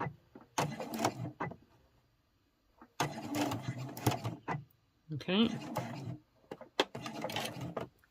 Now I'm just going to cut my thread there. Take your work. So we've stitched that bit down so it's held in place. Take your work and turn it round so that you're now going to stitch either on this line or just slightly to the edge of this line. You can see that's where the teeth are there, so I'm just going to go slightly over. So this is from the edge, so I'm just going to line, I think this is lined up with the edge of my foot now. My needle is still over to the side, so I'm not sewing at quite 1/2 an inch here because I want to get past my teeth. Now if you're not sure where your teeth are, just draw a line. So I could go out there. I'm just going to go just inside the line. Okay, and then stitch, do some back stitches there at that end. Tweezers will help here, and then you're going to stitch up to where you've stitched that line there. You'll just go past the end. Okay, so I'm now on that line of stitching. Turn your needle, leave your needle down and turn again. You might want to put your seam aid underneath, and then want to stitch across and then stitch all the way down to the end. So I'm right up against the teeth here. Now this is at that point. Take these clips off. I'm going to make sure this end, that thread, just make sure this end is lined up and it's not been pushed further than your fabric underneath, because you want them to match. So you can use tweezers or an awl if you've got an awl, which is like a long pointy tool. Take your time, go slow. Right, that should be lined up now. And then stop when you get to the fold. Don't stitch over the end. So I'm going to stop there. I'm right near the fold of the fabric there. Hoping you can see that all right. And then back stitch. Okay, and then you can cut your thread. Okay, so I've stopped right near the fold. You don't want to go over the fold, otherwise you'll see a stitch on your zip. If you're worried about doing that, make sure that your thread matches the colour of your zip. Then if you do get a stitch there, you won't see it so much. Okay, so this is now going to fold out like this. This is all lined up, and when they fold back, everything should match up. Your edges should match up. Okay. Okay, so this is what you've now got. Okay, so we're now going to turn this through. We can trim this seam down a little. Let's get my scissors, because it's a bit bulky. and you can trim the corner. Trim the corner down a little bit. Okay, so we're going to turn this through to the right side now.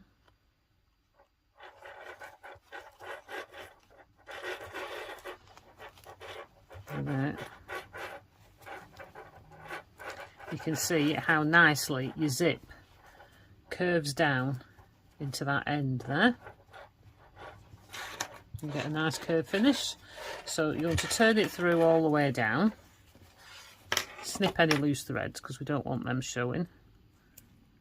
I'm just going to snip that little bit of fabric there at the corner. I'll do that one as well. And then when these two edges fold down, you can't see the raw edge there so much. I've just trimmed.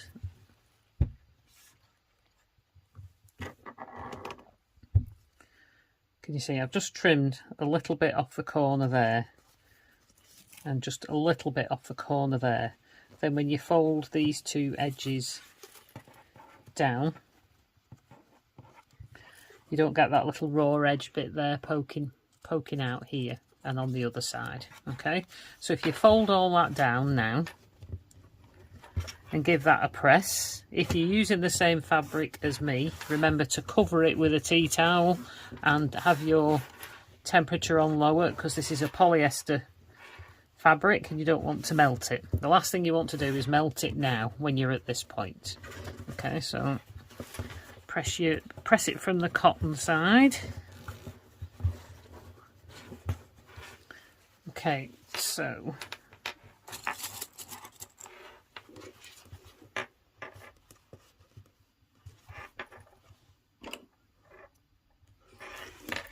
now you can, once you've pressed it, we're going to just baste these two raw edges together. So we're just going to run a long stitch just along this edge, just to hold these two edges together, and then we can top stitch this either now or later. But I'm just going to baste these two edges together first. So literally just increase your stitch length. You don't need to back stitch at each end, and about an eighth of an inch, no more than an eighth of an inch in from the end. Just run a line of stitches down that edge to hold those two pieces together. You may find it easier here to do this bit on this side from the reverse, because if you start sewing here, you could push these two. If you start sewing here, you could push these two out of alignment. So if you start here, then you've got room to adjust at this end if you need to do. So all I'm going to do, I'm not even worried about sewing right on the end. Let's put my stitch on 4.6, that mine is, an eighth of an inch in, and then just sew those two edges together.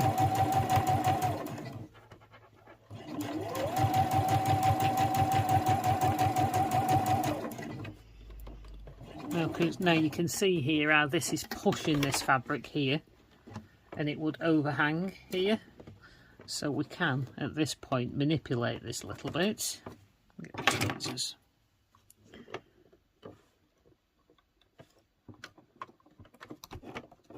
Now if you're going to get any wrinkles in this is the time to do it on the side, to do it on the lining side, because this will be underneath and you won't see it anyway. But you can sort of encourage that under.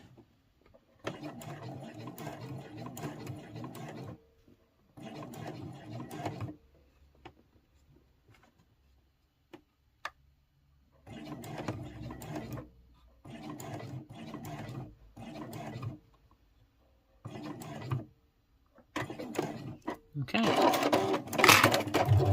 so there we go. That's that end basted in.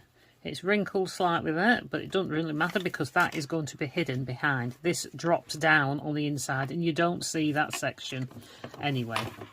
So the next thing we want to do, I mean yours will be pressed, I haven't pressed mine down, so yours will be neater than mine, is we're going to run a top stitch. Now we can either do that now, or we can do the other side first and then do both lines of top stitching at the same time so you only have to change your stitch length once. So if you've increased your stitch length now, you can go back down to the 3mm or whatever you were using before, and we're just going to repeat what we just did on this side. You need to repeat on the other side of your zip. Okay, so your zip will be upside down. I've got the zip tab at this end. If you're wanting to work this way around, so your zip panel is this way up, so you're going to, your zip's upside down with your zip tab at this end, so you're going to flip your fabric over, and this time put your little 1/2 inch mark there, and then just do exactly what you did. Line it up with your 1/2 inch mark, do exactly what that you did before to stitch that on, and then do the same again what you did before with the lining. Also, don't forget, when you're sewing from this side, when we were sewing the other side, we started here and we worked back over the zipper section, but on this side you're going to start, to make it easy to sew, from the folded end and sew towards that zipper section, so you don't have to worry about starting further in that you're going to buckle the zip, because when you're coming in this direction, it's pushing it in the right direction, and you're just going to sew straight over the end and then back stitch there on your first stitch line to hold that in.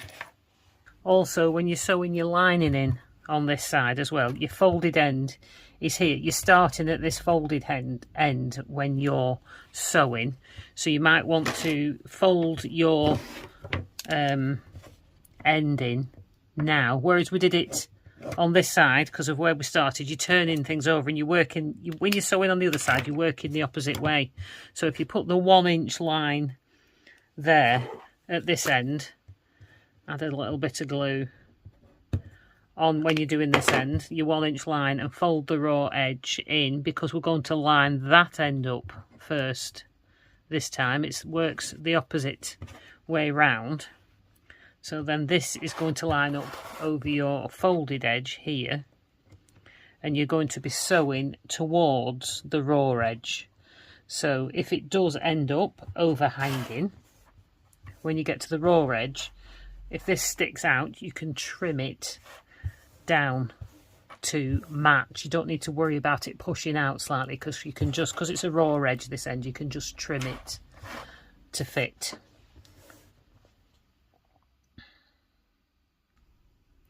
Okay, so I've got down to that end. I'm just going to trim, if it needs to do, turn it over, and you can just trim that to fit, and then we can then stitch past your zip, the 1/2 inch line, or roughly your 1/2 inch line down this side. Now you can either do it from this side or this side. I'm going to do it from this side. I'm just going to mark where the end of my zip teeth are, and then sew down. That's probably my width of foot. Just do exactly then, back stitch here and sew down there, back stitch here too. Okay, now before we trim anything at this end, just turn it through first and just check that everything matches this side. Just turn that over.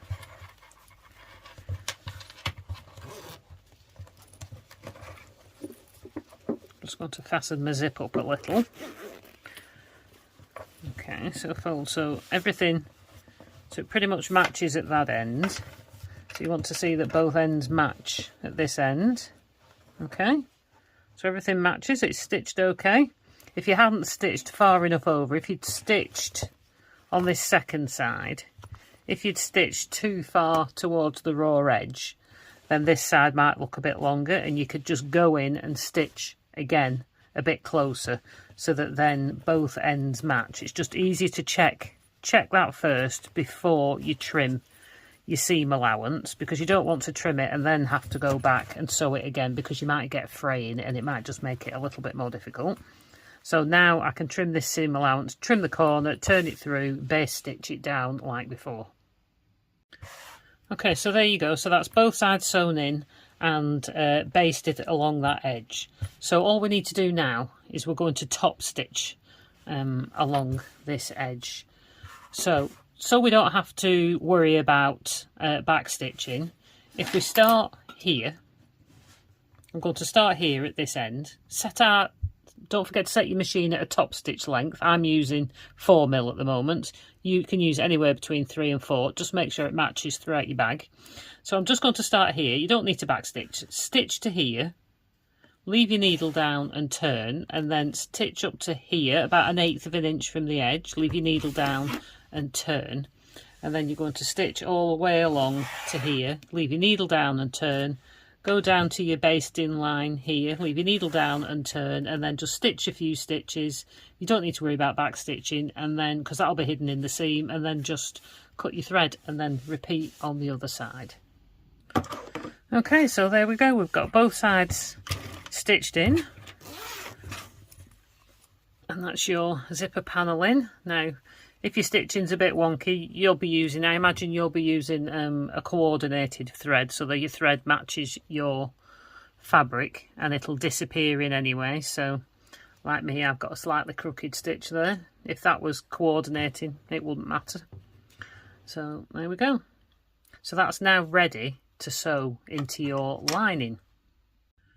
Okay, so sewing in your recessed zipper panel to your lining. So to do this, you need your 2 lining pieces, your front and your back, and you need your 2 recessed facings, your 2 facings. Yours might be the same colour as your lining fabric. Mine are the same colour as my recessed panel as the outer of my bag.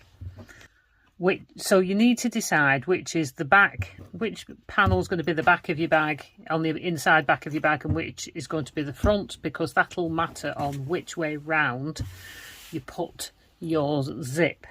Look, my zip panel, because this matters when you're doing this. So this is the back panel that's up against my body, so that that's upside down. That doesn't help. Make sure that your pockets are the right way up. So this is the panel that'd be against my body, so I can just slip my phone in my bag, easy enough, or whatever else I want to grab easily. And then the zipper pocket I have on the rear of the front of the bag.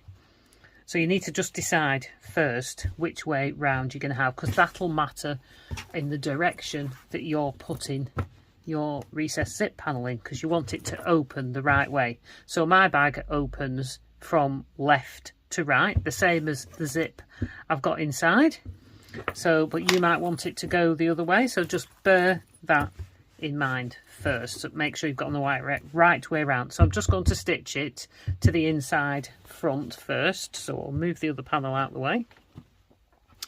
So you're going to line up your recessed zipper with your back panel. So what I want you to do is fold that in half first. Now, and then mark the centre, whether you do that by snipping it or putting a chalk mark or a pen mark.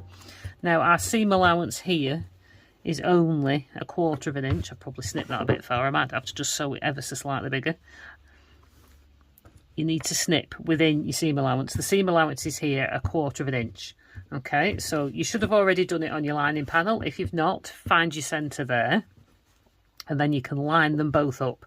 So your lining panel will be right side up, and your recessed zipper panel will also be right side up. Okay, so that's going to lay there, and then you need to get, so we'll base stitch that in first before we sew on the facing. Okay, so you can just clip that into place, and then you just want to go now, and at 1/8 of an inch, do it at the same, you can do it at exactly the same place where you've done that basting stitch line, stitch over that, and it's just, you don't need to back stitch, it's just to hold it into place before we put our facing on. So I'm not going to show that sewing, just nip to your machine and do that. Okay, so I've stitched in. I did forget to say, if you're using your zipper pocket here, make sure that your zipper pocket is down out the way, so that it doesn't fold up. Always check that it hasn't folded up the back, you're not stitching it up here. Sometimes help just to stick a pin in. And if you open your zipper pocket now, then you won't forget later. Because this is the pocket we're going to turn the whole bag through later. So the one with the open bottom. So make sure that zip's open now, then we don't really have to think about it later. Okay, so if you take my facing panel, fold it in half and find your centres, and just put a little snip in, or use a chalk pen, or if you use your iron off pen, then if you do press this when you open it out, you're going to lose your marks. So if you use a bit of chalk, you can use a regular biro or something like that, as long as it's within the seam allowance. I like to just put a little snip in, because you know that's not going to disappear. So then lay it at the top, make sure your pattern is facing in the right direction, and then you can then turn it down, put it face down on top of your zipper panel, line up your centres, and then just clip that in place. Okay, so once that's clipped into place, we're then just going to sew that in at 1/4 of an inch seam allowance. Make sure your machine, if you've had a long stitch on, the top stitch length on, maybe make sure you set it back to your regular stitch length that you're using. I'm going to use 3mm, and then just stitch that into place. Okay, so there we go, that's stitched in. I've back stitched at each end as well. If you find, because it's getting a little bit thick, you struggle, you could always put a size 90 needle in your machine. It depends if you're using just quilting cotton or you're using upholstery fabric like me. But if you find you start to struggle, just put a stronger needle in. Go up a size from the size that you're using. You can always switch it back when you're just doing thinner layers. Okay, so that's stitched in, so you want to fold it up towards the top so that the top stitch line, so the seam, sorry, you're pressing that upwards and your seam will be pointing towards the top. So then we need to top stitch this section in here. Okay, so if you can just press it, just give that a press. If not, I'm just going to pull on it slightly as I top stitch this in. So now you want to top stitch 1/8 of an inch, about 1/8 of an inch away from the edge, which will then catch your seam into and hold it in the right place so that this sits the right way up. Okay, there we go, that's top stitched in. Now if you find you've got a bit of overhang at one end, you can just trim that up just to level it up to make it neat. And then we're going to do the other side now. So okay, so you'll need your other lining panel and your other facing panel. Get your recessed zipper panel and just lift it up, and then turn your lining panel over, and it will be like this. Put your lining panel on the table. So this is your other lining. If like me, I've just put it upside down. Make sure you turn it around, check your pockets, because you've got top stitch at the top and the bottom, it can be hard to tell. Make sure your pockets are at the top. If you haven't got a centre mark on there, like I've not there, I thought I had, just find your centre mark now for lining everything up.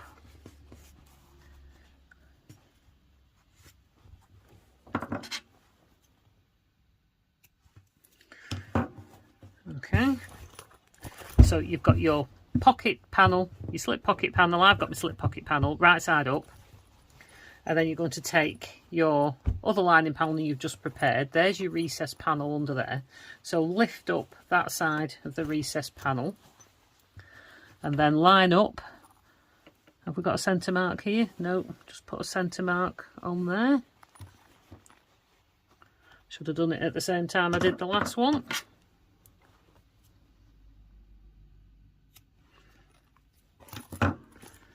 Okay, so line up your centre panel with your, there we go, so it's centred, everything's centred. Clip all that in place, stitch that down, and then again with your facing panel, find the centres and then stitch that down and top stitch just like you did on this side. Okay, so that's in, that's stitched in and top stitched. Now it's pushed my fabric out a little bit here over the edge, so you could just take your ruler and your rotary cutter and nip that off, tidy that up, or I'll just move my zipper out of the way.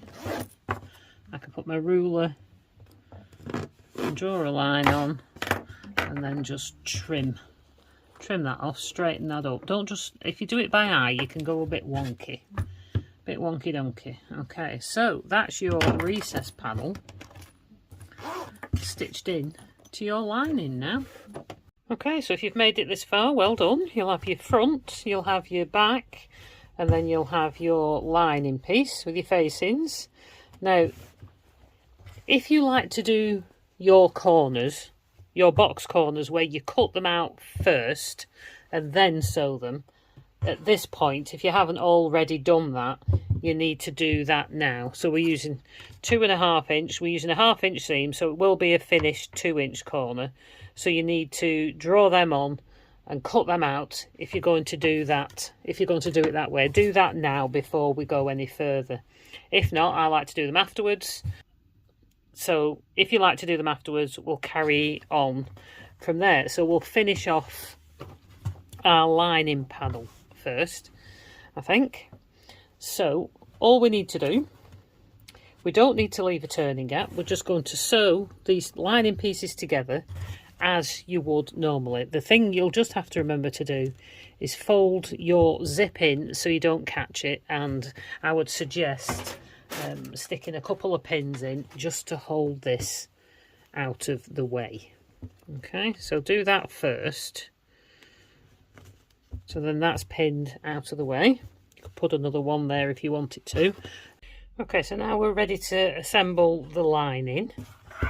So just line up your side panels, your facing panels here, so that everything lines up, and pin that in place, or clip, whatever you like to use. Do the same on the other side.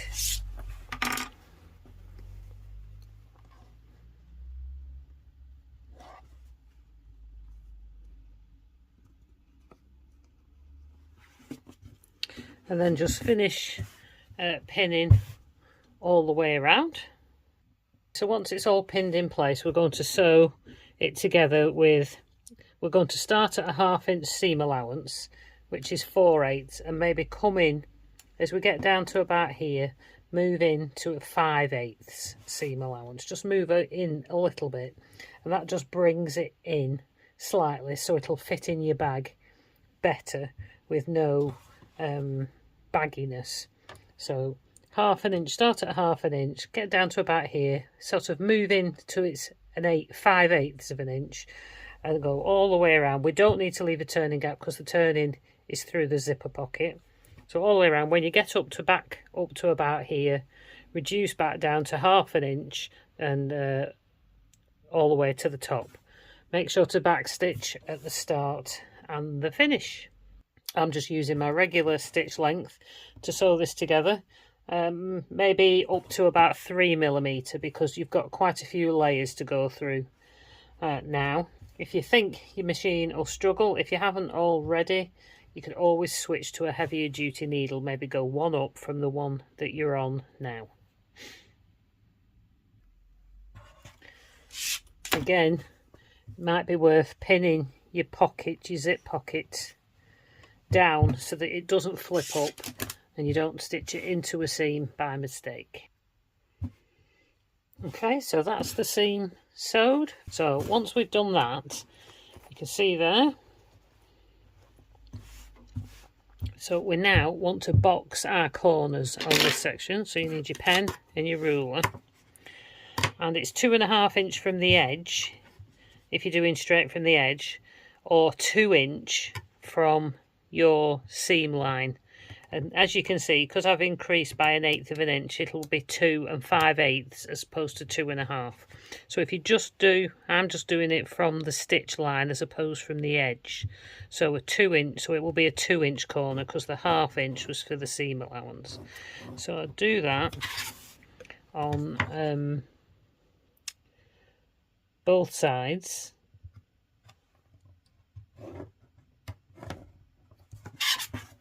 I do have a little video showing you how to do different versions of box corners, if you need to know. Now don't worry about this pocket overhanging a little bit, because when we sew the pocket up, that will turn in, and you can always trim it if necessary.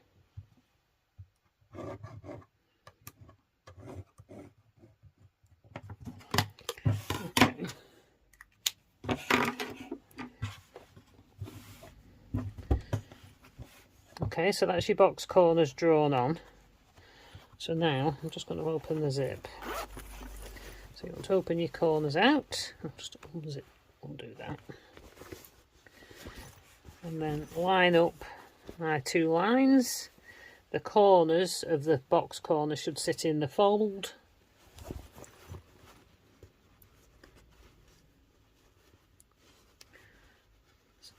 And your line should all continue straight across like that, and you should get a perfect box corner then.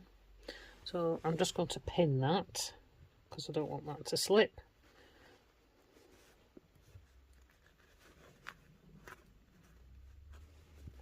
Do the same on the other corner.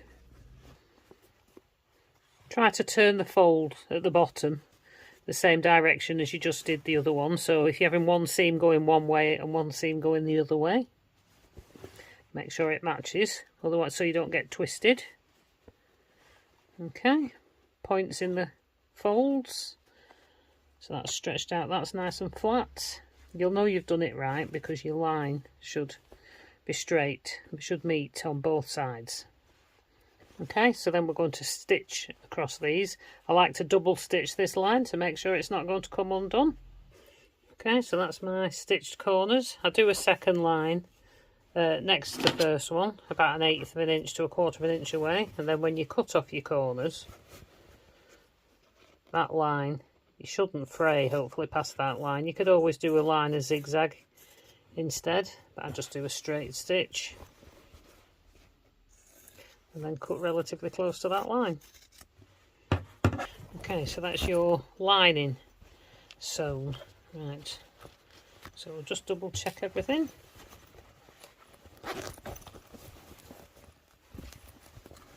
Everything looks like it fits nicely. Everything looks good. So the next thing, we're just going to basically do exactly the same on your outer bag now. Okay, so you've got your outer bag, your front and your back. So you're going to place them right sides together. Pin or clip all that together. And then you're going to sew that completely round at a 1/2 inch seam allowance. Not across the top, down the two sides, down the side, across the bottom and up the other side. Back stitch at the start and the finish. As it's the construction of the outer bag, I would suggest you sew your seams twice. If you're just using a basic sew all thread like me, a Gutterman poly thread, you know, you need a bit more strength on the outer bag, so sew over the same line twice. You could sew a line, so you could also sew, when you're first sewing it together, sew it at 1/4 of an inch, make sure everything's lined up if you're not confident, and then sew the 1/2 inch, and then you've got no pins or clips in your way. But whichever way you choose to do it, I would make sure that the main 1/2 inch line, you stitch over it twice. Okay, I also forgot to say, if you might find it handy to draw your 1/2 inch seam allowance on both panels along the top. I'm going to do that now on this one. It just makes it easier when you're sewing your two layers together, your lining and your outer bag. It makes it easier if you've got a line to follow. I also drew on my seam allowances for the sides at 1/2 inch, so it kept it nice and straight. You don't have to do that, but I find it makes it easier, and your bag can look a lot neater. So that's mine done now. As you can see, I've sewn it twice. I'm not going to bother trimming the seams, but I am now going to box the corners. So there were 2.5 inch corners, which included the seam allowance. So you can either measure from the outside at 2.5, or you can measure 2 inch, because the 1/2 inch in your box corner is the seam allowance. So that would make a 2 inch box corner, and you would measure that, I like to measure that from the stitch line and draw it on, just like I did with the lining. So if you just box your corners on this, exactly the same as you did on your lining. Okay, so now you've sewn all that together, you now want to turn your bag through to the right side. So I'll just turn that right side out. Get your first proper look at what it's going to look like. Okay, so this is your bag right side out. You've got your slip pockets here. Doesn't that look quite striking?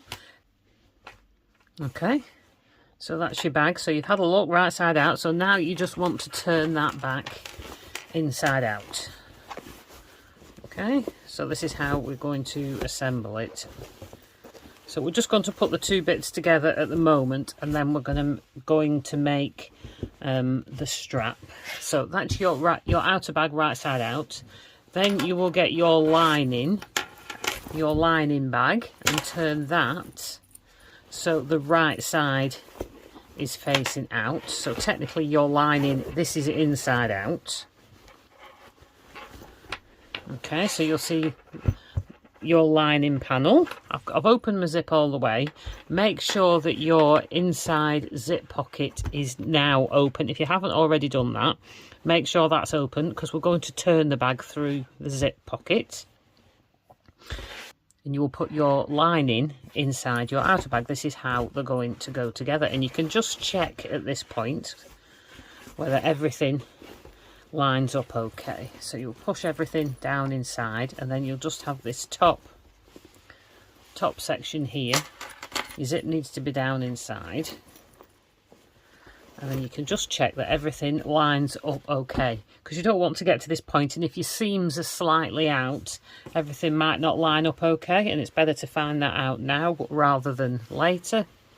So you could line up your seams, line up your centre marks. You should have centre marks at the top and the bottom on your lining panel and on your outer panel, so you could line up your little centre marks. Just put a few pins in or clips and just check that everything fits.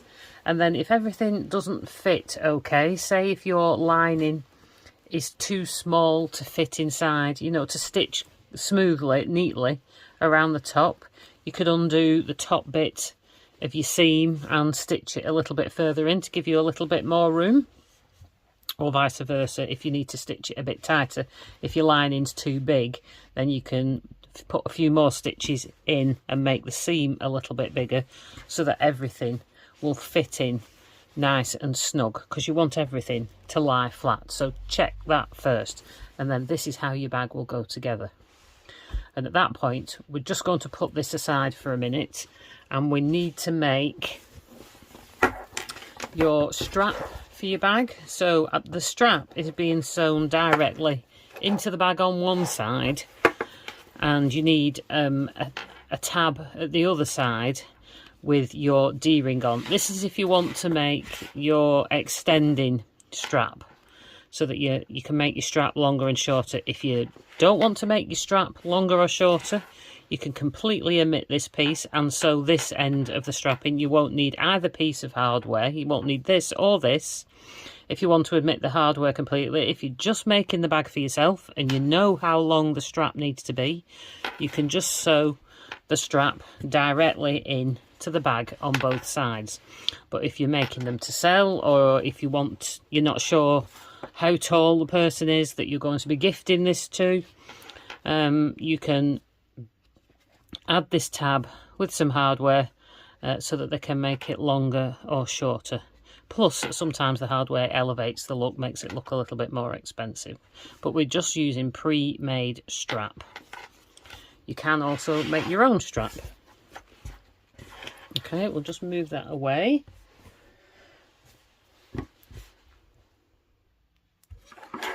Okay, so for this bag, I'm using an O-ring as opposed to a D-ring, and I've got that's my strap slider. So make sure that the internal measurements of these are the same as the width of your strap, so that you know everything will fit.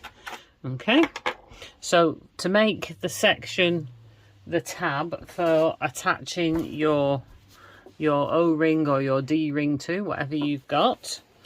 So from the end of your webbing strap, or use offcuts that match, I'm just going to cut a 3-inch length piece. Now I'm using cotton webbing. If you were using nylon webbing like this one, you could just melt the ends with a lighter, just flash some heat across the ends to melt it so it doesn't fray.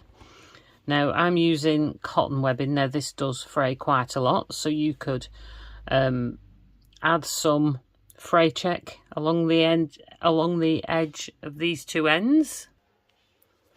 Okay, so this is fray check, prim fray check, and it's a product that you put on that dries. It goes on clear and dries clear, but it seals the ends in and stops it from fraying. You could also run some stitches along the edge. You could overlock the edges. I'm just going to put some of this on. I'm going to put it on both sides so it doesn't fray, because you don't want to fray once it's in your bag, because if you've got weight it could pull.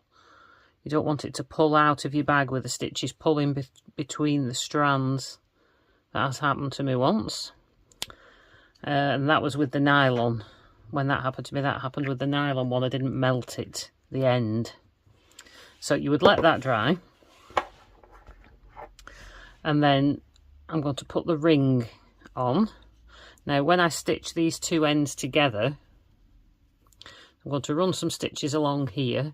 I'm just going to stitch the end together. I'm going to use a smaller stitch. I'm going to use my regular like 2.4 stitch length, maybe even 2mm stitch length, so it would be really tight stitching within the seam allowance. So that it's going into a seam allowance which is 1/2 inch, which is about there.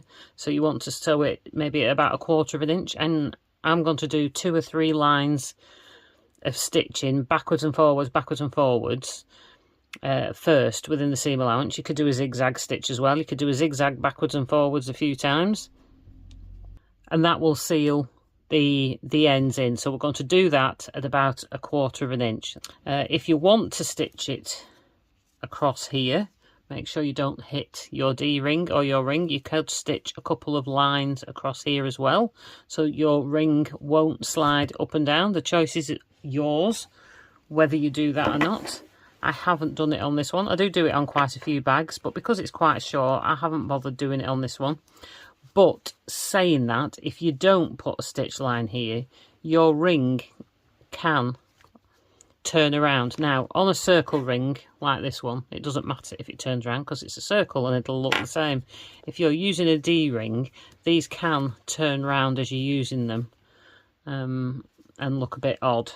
So if you're using just a regular D-ring, you might want to put a couple of lines of stitching as tight, as close to the ring as you can, and then it's less likely to be able to turn. Also add fray check to the two ends of your crossbody strap, and you could add some stitches along the edges of there as well, just like you did on this, with about 1/4 inch to help prevent fraying. Okay, so there you can see stitched and fray checked, and then on the ends I've fray checked on these. I haven't fray checked on this one, so you can see. You can also see on this one, I don't know how well you can see it here, try and not get any shadow. I've also done straight stitches. I've done a couple of rows of straight stitches and a couple of rows of zigzag stitches. I want to make absolutely sure that this doesn't fray, because if you don't seal the ends of this tape, as you can see, this is quite loose. And then when you put it into your bag and stitch across, over time these fray, and then you're left with the long strands, and it can pull out of your bag between the stitches. So you want to make absolutely sure with all these stitches and your fray check and everything that can't happen. Okay. It also can happen with the nylon tape. That's what it happened to me on. Okay, so to assemble this strap, you're going to take your strap slider, make sure it's the right way up. These definitely have a right way and a wrong way. You can see where that's bent round there, so that's the underside, and this is the right side. And I'm just going to take the end of my strap and come from up underneath, go over the top of the bar down the other side. Okay, just move it down a little bit, and then you're going to turn it over, fold this piece down by about 1/2 inch. Your fray check will have dried, so that should feel quite stiff. And then fold it back. We're now on the underside. Fold it back down over this side, and then you're going to stitch that to that. Now you can make it shorter, you can come right up and make it shorter, and you can just stitch it with a couple of lines, but it is better if you can stitch around in a box and maybe put a cross in it to make that stronger, because there's going to be quite a lot of pressure on this. So you're doing this on, this will be done on the wrong side of your strap slider. Clip it or pin it or glue that down. I've been quite often I've glued that down, gone away for 10 minutes, 10-15 minutes, or got something else ready, and then come back, and then it's easier to stitch it without any clips or pins in the way. So I'm going to use my Fabric Tack glue. It's a fabric glue. It's a really strong permanent adhesive, and I'm just going to use a bit of that to stick it down. I'm just going to stick this little flap down first. Okay, so I've just added a little glue, and I'm going to fold that down. So I've put glue under the little flap, and then I've put glue under here and under here. And then I'm just going to either pin or clip that together.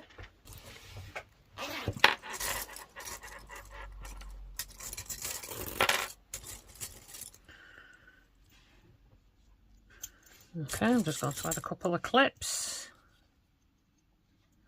These are quite strong mini bulldog clips.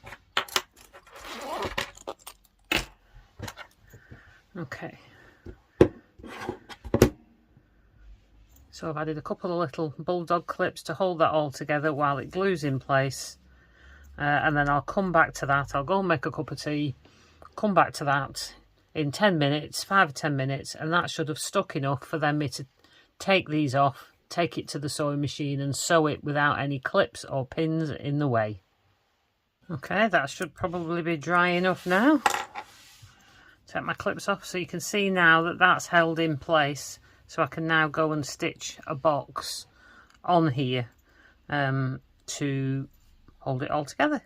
You could draw a box in chalk, just draw a rectangular box and do a cross in the middle if you want to. Adds extra strength, depends how much weight might go into the bag, but that adds a little bit of extra strength to this section. Okay, there you go, that's that stitched. And I probably didn't mention before, but you can see that I've done the stitching on my strap in a coordinating colour, not the grey that I was using for the rest of the bag. And as you can see, it practically disappears. So as long as you do it in a coordinating colour, if your stitches go a little bit awry, you don't need to worry because you can't really see it. Okay, so I'm not showing how to do the stitching in this video. I will put a link to my other video that shows you how to make a bag strap and it shows you how to do this. So if you want to see how to do this, then just go and check out the link below to take you to that video. Okay, so we're now going to slide on the loop. Okay, so you're going to go, you've got your strap the right way up, your strap slider, this is the right way up now. So take the rest of your strap, make sure it's not twisted. So just slide your hand all the way down to get to the other end to make sure your strap isn't twisted. And then before we slide it onto here, we're just going to slide the loop on first. And then I'm just going to pull that down to the end so it's out the way. Don't worry if it's twisted round, because you can just twist that back round. And then you're going to take the end of your strap and then push it up from underneath. We're on the right side here, so up underneath and then over the top, so across the slider, over the top like that, so down the other side. So then just double check that this isn't twisted, which it isn't, because you don't want your strap to be twisted here when you've sewn it into your bag. Let me just zoom out a little. Okay, so you can see here my strap's not twisted. Double check that yours isn't twisted, and then that's now ready to go into your bag. Can you see? You can just slide that round. this bit here is going to stitch into your bag, and then this bit here, this end, is going to stitch into your bag. So that's what we're going to do next. Okay, so I've just taken my lining bag out. I've got my outer bag right side out. Now you need to decide on your strap. Do you like the extendable section at the front where you're wearing your bag? It depends how you carry it across your body. Do you want the extendable section to go across the front of your body, this extendable section, or do you want that to go at your back? So you need to decide now where you want that. Now I like this piece at the front so I can extend it and shorten it without having to take the bag off my body if I want to do. So I like that bit at the front, but I know other people like that at the back. So you just need to make that decision now, because if you're going to put it, if you carry the bag across your right side like I do, the strap is over my left shoulder, but I carry the bag on my right like this. So the front section is going to be here. Okay, so we need to put our strap over the seam here. Now you can open your seam up here if you need to do. If not, don't worry about it. So we're going to put your strap so it's facing down towards the bottom of the bag. This is how your strap's going to finish up. So to do that, we need to line it up here centrally with your side seam, pointing towards the bottom of your bag. Now also make sure that when it lifts up, that it'll have, let me just see if I can get that in the shot, that if you put it like this on your bag, it's going to stitch across here, that when your bag's done, this will come up, and that you want your hardware on the right side of the bag. So I need to flip that over like that to make sure the hardware, let me just pull that down so you can see it better, so that the hardware is facing the right way. Okay, so that's how it will be, like that. So then you need to turn that, flip that over to the other side, so it will be like this, right side up, flip that over so that the raw edges are together, and then you're going to either pin or clip that in place, and then we're just going to run some basting stitches at about 1/4 inch within the seam allowance, because we're using a 1/2 inch seam. So baste some stitches across there to hold it onto the bag. I'm just going to use a clip. Make sure it's central over your seam. Okay, and then bring your bag strap up. Make sure it's the right way around. Nothing's twisted. Again, because you won't be able to take this off because it's being sewn into the bag. You can just as easily put 2 tabs in like this and then add swivel clips onto the end of your strap. But I don't need that because I just want the extendable strap. I don't need to take it off. So this will come down to this seam here. So this is where it's going to sit. So my strap is all facing in the right direction. So the outside's on the outside, and then just tip it back over the seam like that. Don't twist it round or anything. So that's where it will be right. Just drop it backwards like that. Okay, so the right side is facing the right side over your seam. Nothing's twisted. Again, center it over your seam allowance. Over the centre seam there. Make sure it's...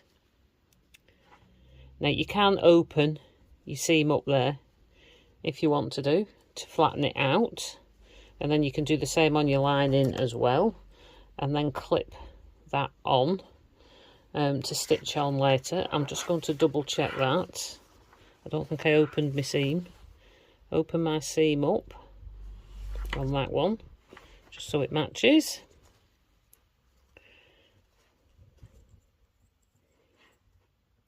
Clip that into place, and then just double check nothing's twisted, everything's facing in the right direction.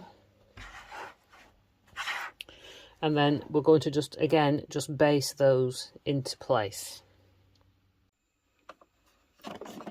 Okay, so to base stitch this in place, I'm just going to take off the free arm, the box off my machine, so that I can then get my bag over the free arm. And I'm just going to stitch this into place.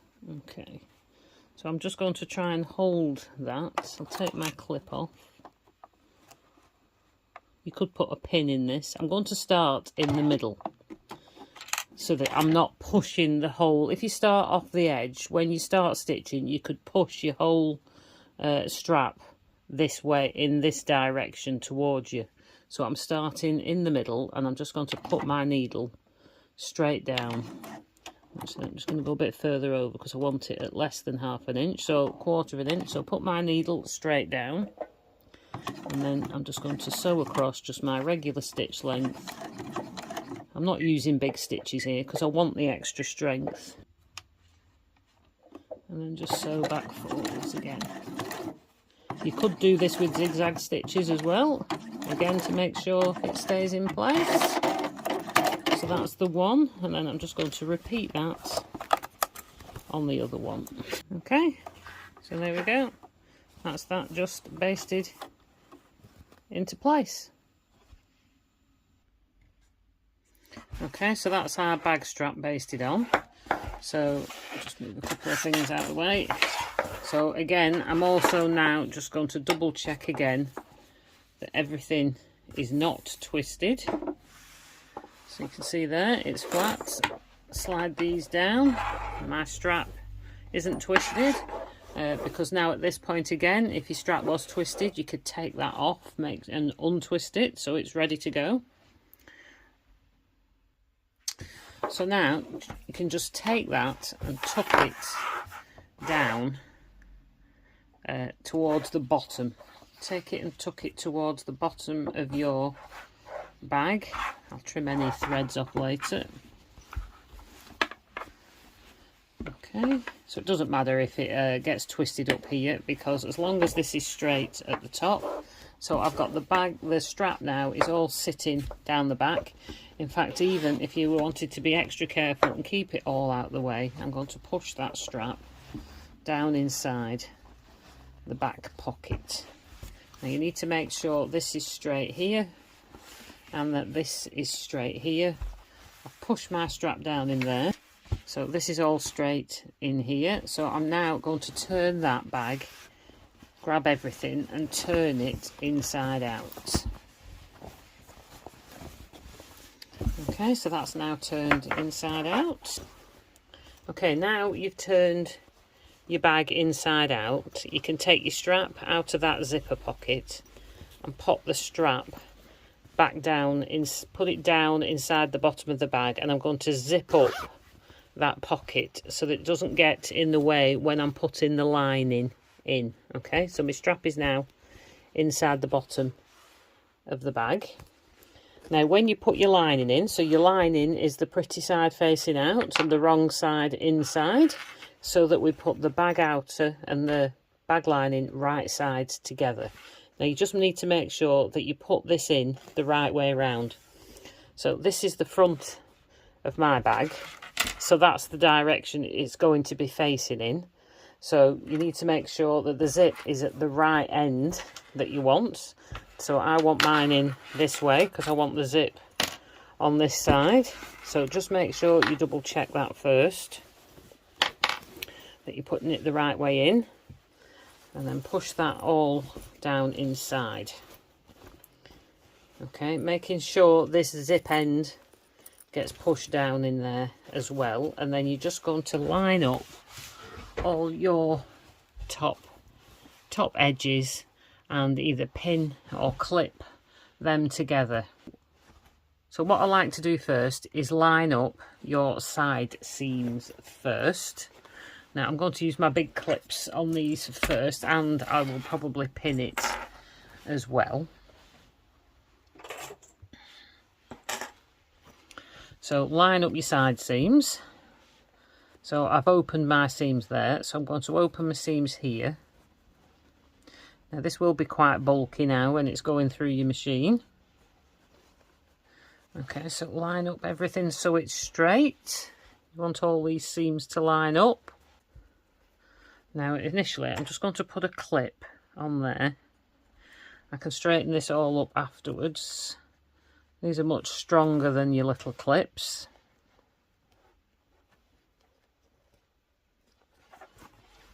Okay, so I think that's all lined up there. And then I'm going to add a pin either side of that so it doesn't move when I take the clip off.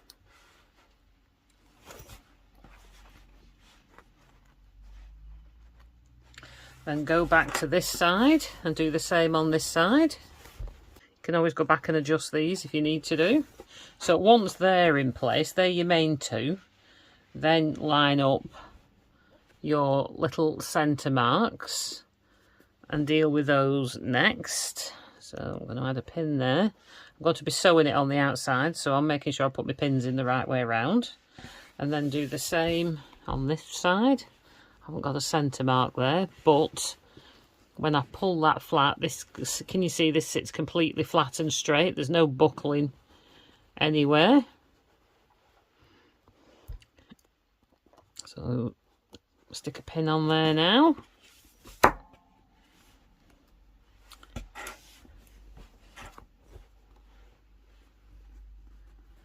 And then go round. You've got your 4 main anchor points, and then just go round and either finish clipping or pinning. Okay, so I've put the main anchor points in, the 4 main anchor points, then I've put pins in between each section there. Just for speed, I've added clips in the other bits. I would normally stick pins in all those as well, because I like pins. I think they hold it better at the top. It's not a faux leather bag, so I can use pins, but more is more. Definitely better. The more you use, the less likely things are to slip. Now just go around and check everywhere that you've put them, that one side hasn't got pushed down when you've put a pin in. It's very easy to put a pin in and the bottom underneath to get rucked up like that, and then you don't stitch it quite right. Okay, so now we're going to take this to the sewing machine and sew it all the way around. Okay, so we're at the machine now. You can just slide it over your free arm. I'll go from this side because I've drawn stitch line on this side. Haven't got it on the other side. I did draw one on originally, but I sewed something together wrong and had to redo this bit. Okay, so we're just going to sew all the way around the top now. So if you've drawn on a stitch line, that just makes life easier. I'm using 1/2 inch seam allowance, 1/2 inch seam allowance. You can use less if you want.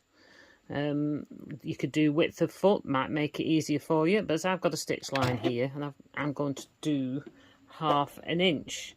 Now for those that struggle when it comes to this section of sewing a bag together, you could, as it's a 1/2 inch seam allowance, you could sew it together the first time at say 1/4 inch, or the width of your foot, because that's slightly narrower than 1/2 inch. And then if you get a wobbly line, you don't get a straight line, it doesn't matter on the first go round. So that then when you've done the first go round, even if you go slightly skew width, then all your clips or all your pins will have been removed on that first go, and then you can then stitch again at the right seam allowance, so the 1/2 inch, and you've no pins or clips in the way. Everything's already held together, so nothing's going to shift, and you should get a nice straight line the second time. So if that's what you're going to do, go around the first time with it. Just make sure it's within your seam allowance, so maybe at about 1/4 inch or the width of your foot, because that's easy to follow, and then do the 1/2 inch afterwards. When you do the main line afterwards, stitch that line twice, go round twice to give it the extra strength. So I am going to show going round here. I'm just going to go round, I'm going to go round at the width of my foot the first time round. I'll just show a little bit of that to give you an idea how to get round, and then meet me back here for turning the bag through.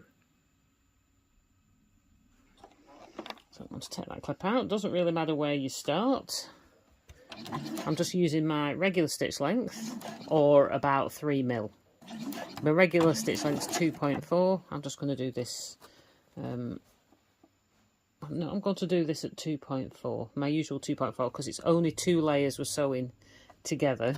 It is quite thick when you get to the sides. You may also want to use a minimum of a size 80 12 needle, or you could go up to a size 90, or use a jeans needle to do this, because when you get to the side seams with the strap involved, it's quite bulky. So if you know your machine will struggle, then put a stronger needle in. Or if you've been using the same needle for quite some time, put a brand new one in, and it'll be nice and sharp, and you'll get through those thick seams a lot easier with a new needle and a stronger needle. Okay, so it doesn't really matter where you start, because we're going to do another line after this. Now you might need something to help you along, to stop it pushing up, you know, wrinkling here. You can guide it under the machine. Keep checking to make sure both layers are together.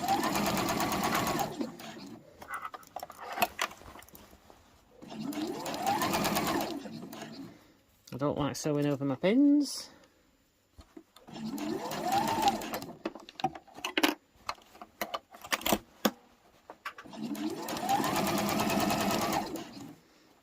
I'm just going to zoom out a bit so you can see what I'm doing. Okay.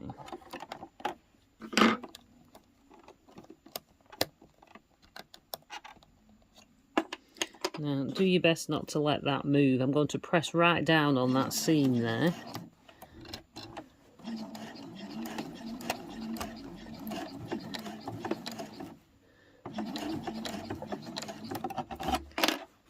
Okay, you can see it's wrinkling a little bit there, so use your tweezers or your awl or whatever you're using to help you along.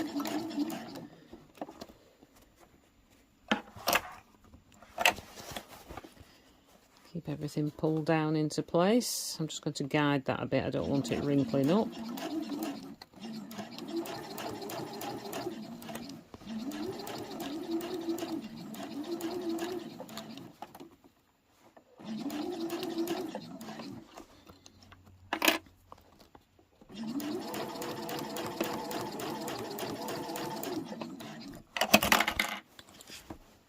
This is why I don't generally like clips. As I'm going round, they're popping off underneath before I've even got there.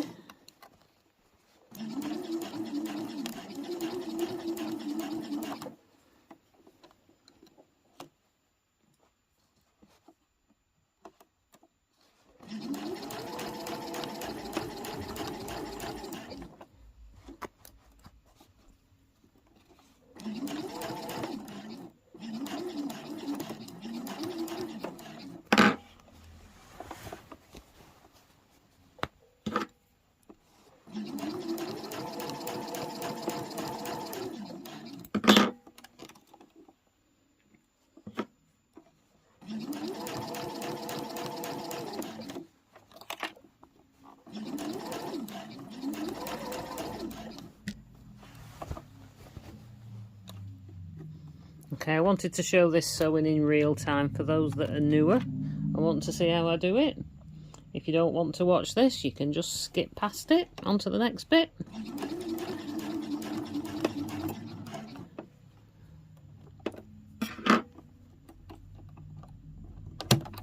These are harder to get off than the Wonder clips, but they hold it so much better.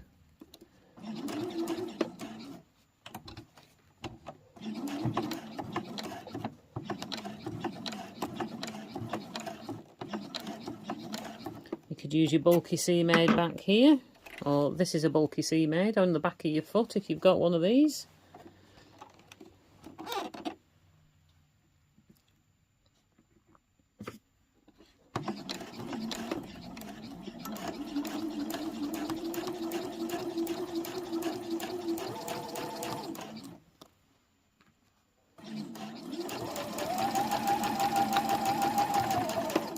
Right, okay, so I'm at the end. I'm not worrying about back stitching because that's just the line. So now That's stitched all the way around. You can see it's within the seam allowance. So the 1/2 inch now is my stitch line. All your pins and clips are out the way. So I'm now going to go around and stitch on the main line, and I'm going to stitch that twice. Okay, so again, it doesn't matter where you start because you're not going to see this stitch line. So stitch around twice, back stitch at the start and the finish, and then meet me back here. Okay, so you can see there, I've stitched that line twice. So we're ready to move on now. Right, so at this point now, we've stitched here. If you want to, you can trim your seam now. I don't think I'm going to bother though. I'm just going to turn it through as it is. Okay, so turning your bag through. So if you go to the inside, you should have your lining for your zipper, internal zipper pocket. So stick your hand inside that, and you've left your zip open. You should have left your zip open. We've reminded a couple of times on that. So put your hand in there, and then that's where you're going to turn your bag through. Should go through quite easy. This way you've got no hole in the bottom of your bag, you've no raised seam. So check everything looks alright. Push everything down inside. I'll just try not to rattle that around on the table.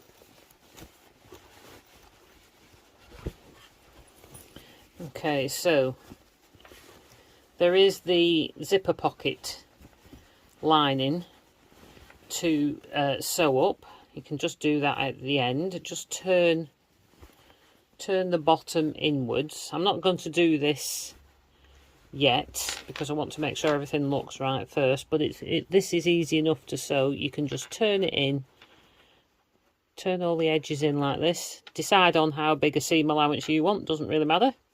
Give that a good press, and then I would add a bit of glue it together and clip it, leave it for a little bit, and then you can just stitch it up.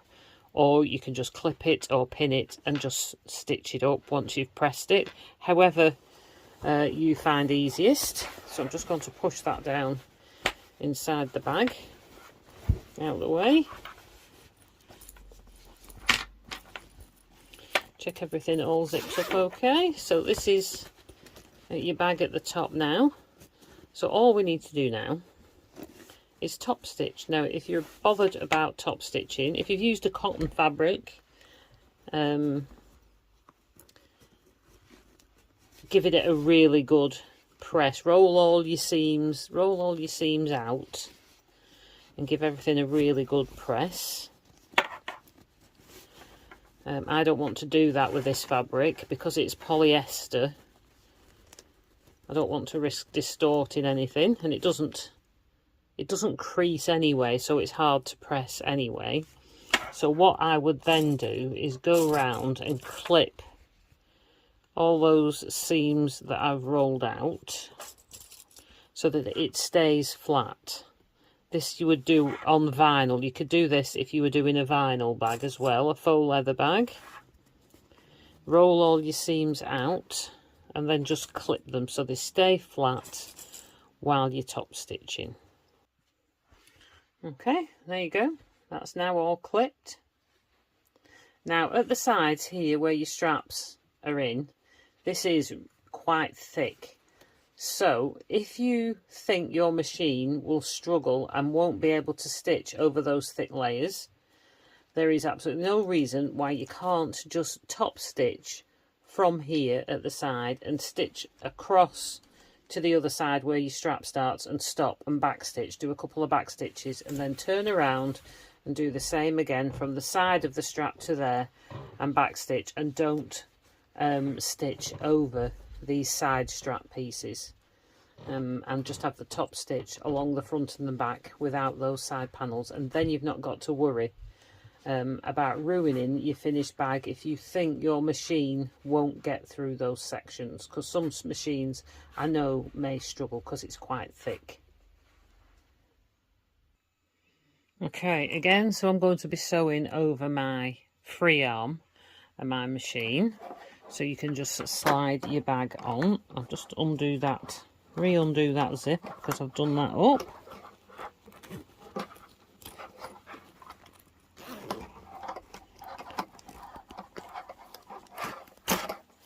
You can tuck your zip inside so it's out the way. Now, if you are going to start, if you're going to sew through the actual side seam, just slide your strap under the bag so it's out the way. Make sure you've got enough thread in your bobbin now, because you don't want to run out halfway around. Now, so you could start in the side seam. I think I'll do, though, what I've just said about starting at the side. I'm using a 4mm stitch length, like before, and I'm not going to do the triple stitch, because then if I don't get it completely straight, it won't stand out quite as much, because mine's in a contrasting colour, whereas you're probably doing it in a coordinating colour, like I did on the blue strap. Okay, so I'm going to do the back of the bag first. Okay, just straighten everything out so it's straight underneath. Now I'm going to put my needle right over to the side, as far as it'll go over to the edge. Now I'm just going to double check. Yeah, it's not going to hit the side of my foot. Oh, and you also want to make sure you get your thread up from underneath so that you don't get any nesting on the back. Okay. There's the one from underneath. So that when you start, you hold these down and then they won't suck in and nest. So on the other side, because you'll see that. Okay, so I'm just going to start right at the side of the edge of the bag strap there. Okay, so hold them. I'm on 4mm. Put my needle down. It's moved me along one stitch, so I'm going to back stitch first. Okay, 1, 2, 3. Just going to do a couple there. So that's me started off. I'm also going to use my tweezers to help me along. And I'm just going to keep the edge of my foot lined up with the top of my bag here. Try and make sure it doesn't unroll.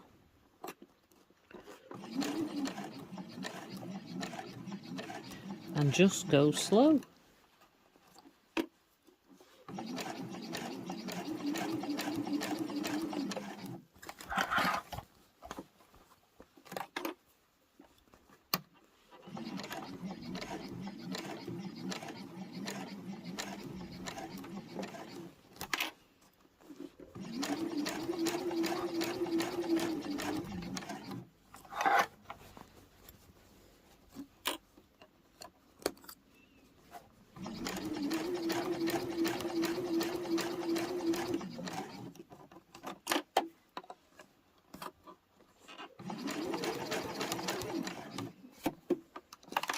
Now I'm going to stop here next to this strap.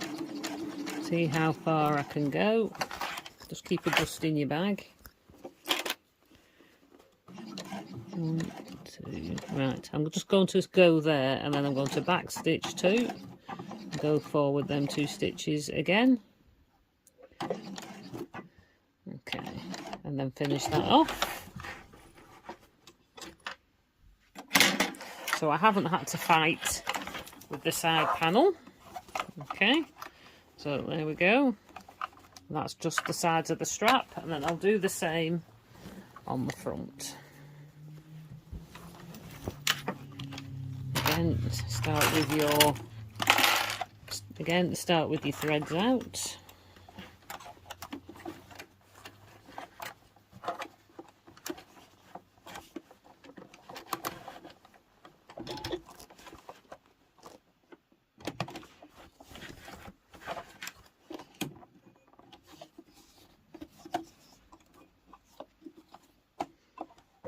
Hold them down.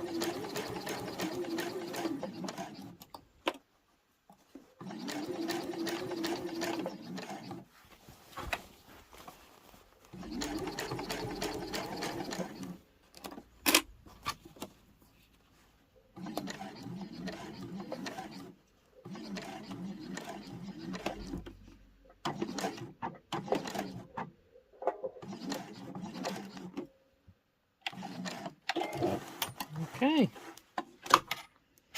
all done. Okay, there we go. We're top stitched front and back. We've got no top stitching over the actual strap, so that's caused a lot less stress, and I think it looks okay. So all we need to do now is fasten off our threads. Now you can take one on the inside and pull, and you may see the one from the outside, the stitch. You might see the stitch just lift up, and you can just see that stitch pulling up there. And if you get a pin, if you back stitch less, this can be a bit easier, but I still like to back stitch as well. You can get a pin in that loop and then pull that thread through so it's gone through from the other side, and then you can tie those off and then snip your threads. So do that. You can do that on all 4 sides, so all your seams will be on this inside bit here. Or instead of snipping them off, you can tie them off and then thread each thread onto a needle, and then you can push the needle down into the fabric in between the layers and hide the ends inside there, if you know what I mean. You push your thread into your needle and then push your needle into your fabric and then back out somewhere else, pull on the thread and snip off the ends, and then they disappear inside, so you've got no raw edges if you're working on fabric.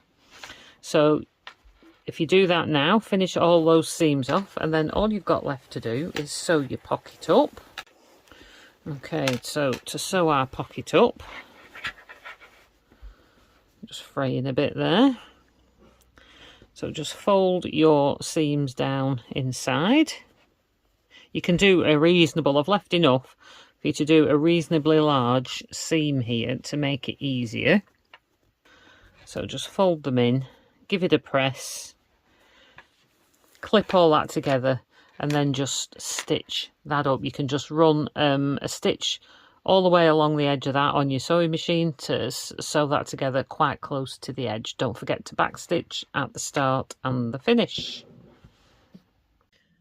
So congratulations on finishing your bag. Here's the finished one. We've not top stitched across the side bit, so you don't have to worry about the bulk. We've got 2 nice big slip pockets in the front for your water bottle or your phone. Big zip pocket on the back. And a recessed zipper. Extra pockets inside. I'd love to see pictures of yours, so you could share those in our Woolly Elephant Facebook group. I will leave a link down below. So, happy bag making!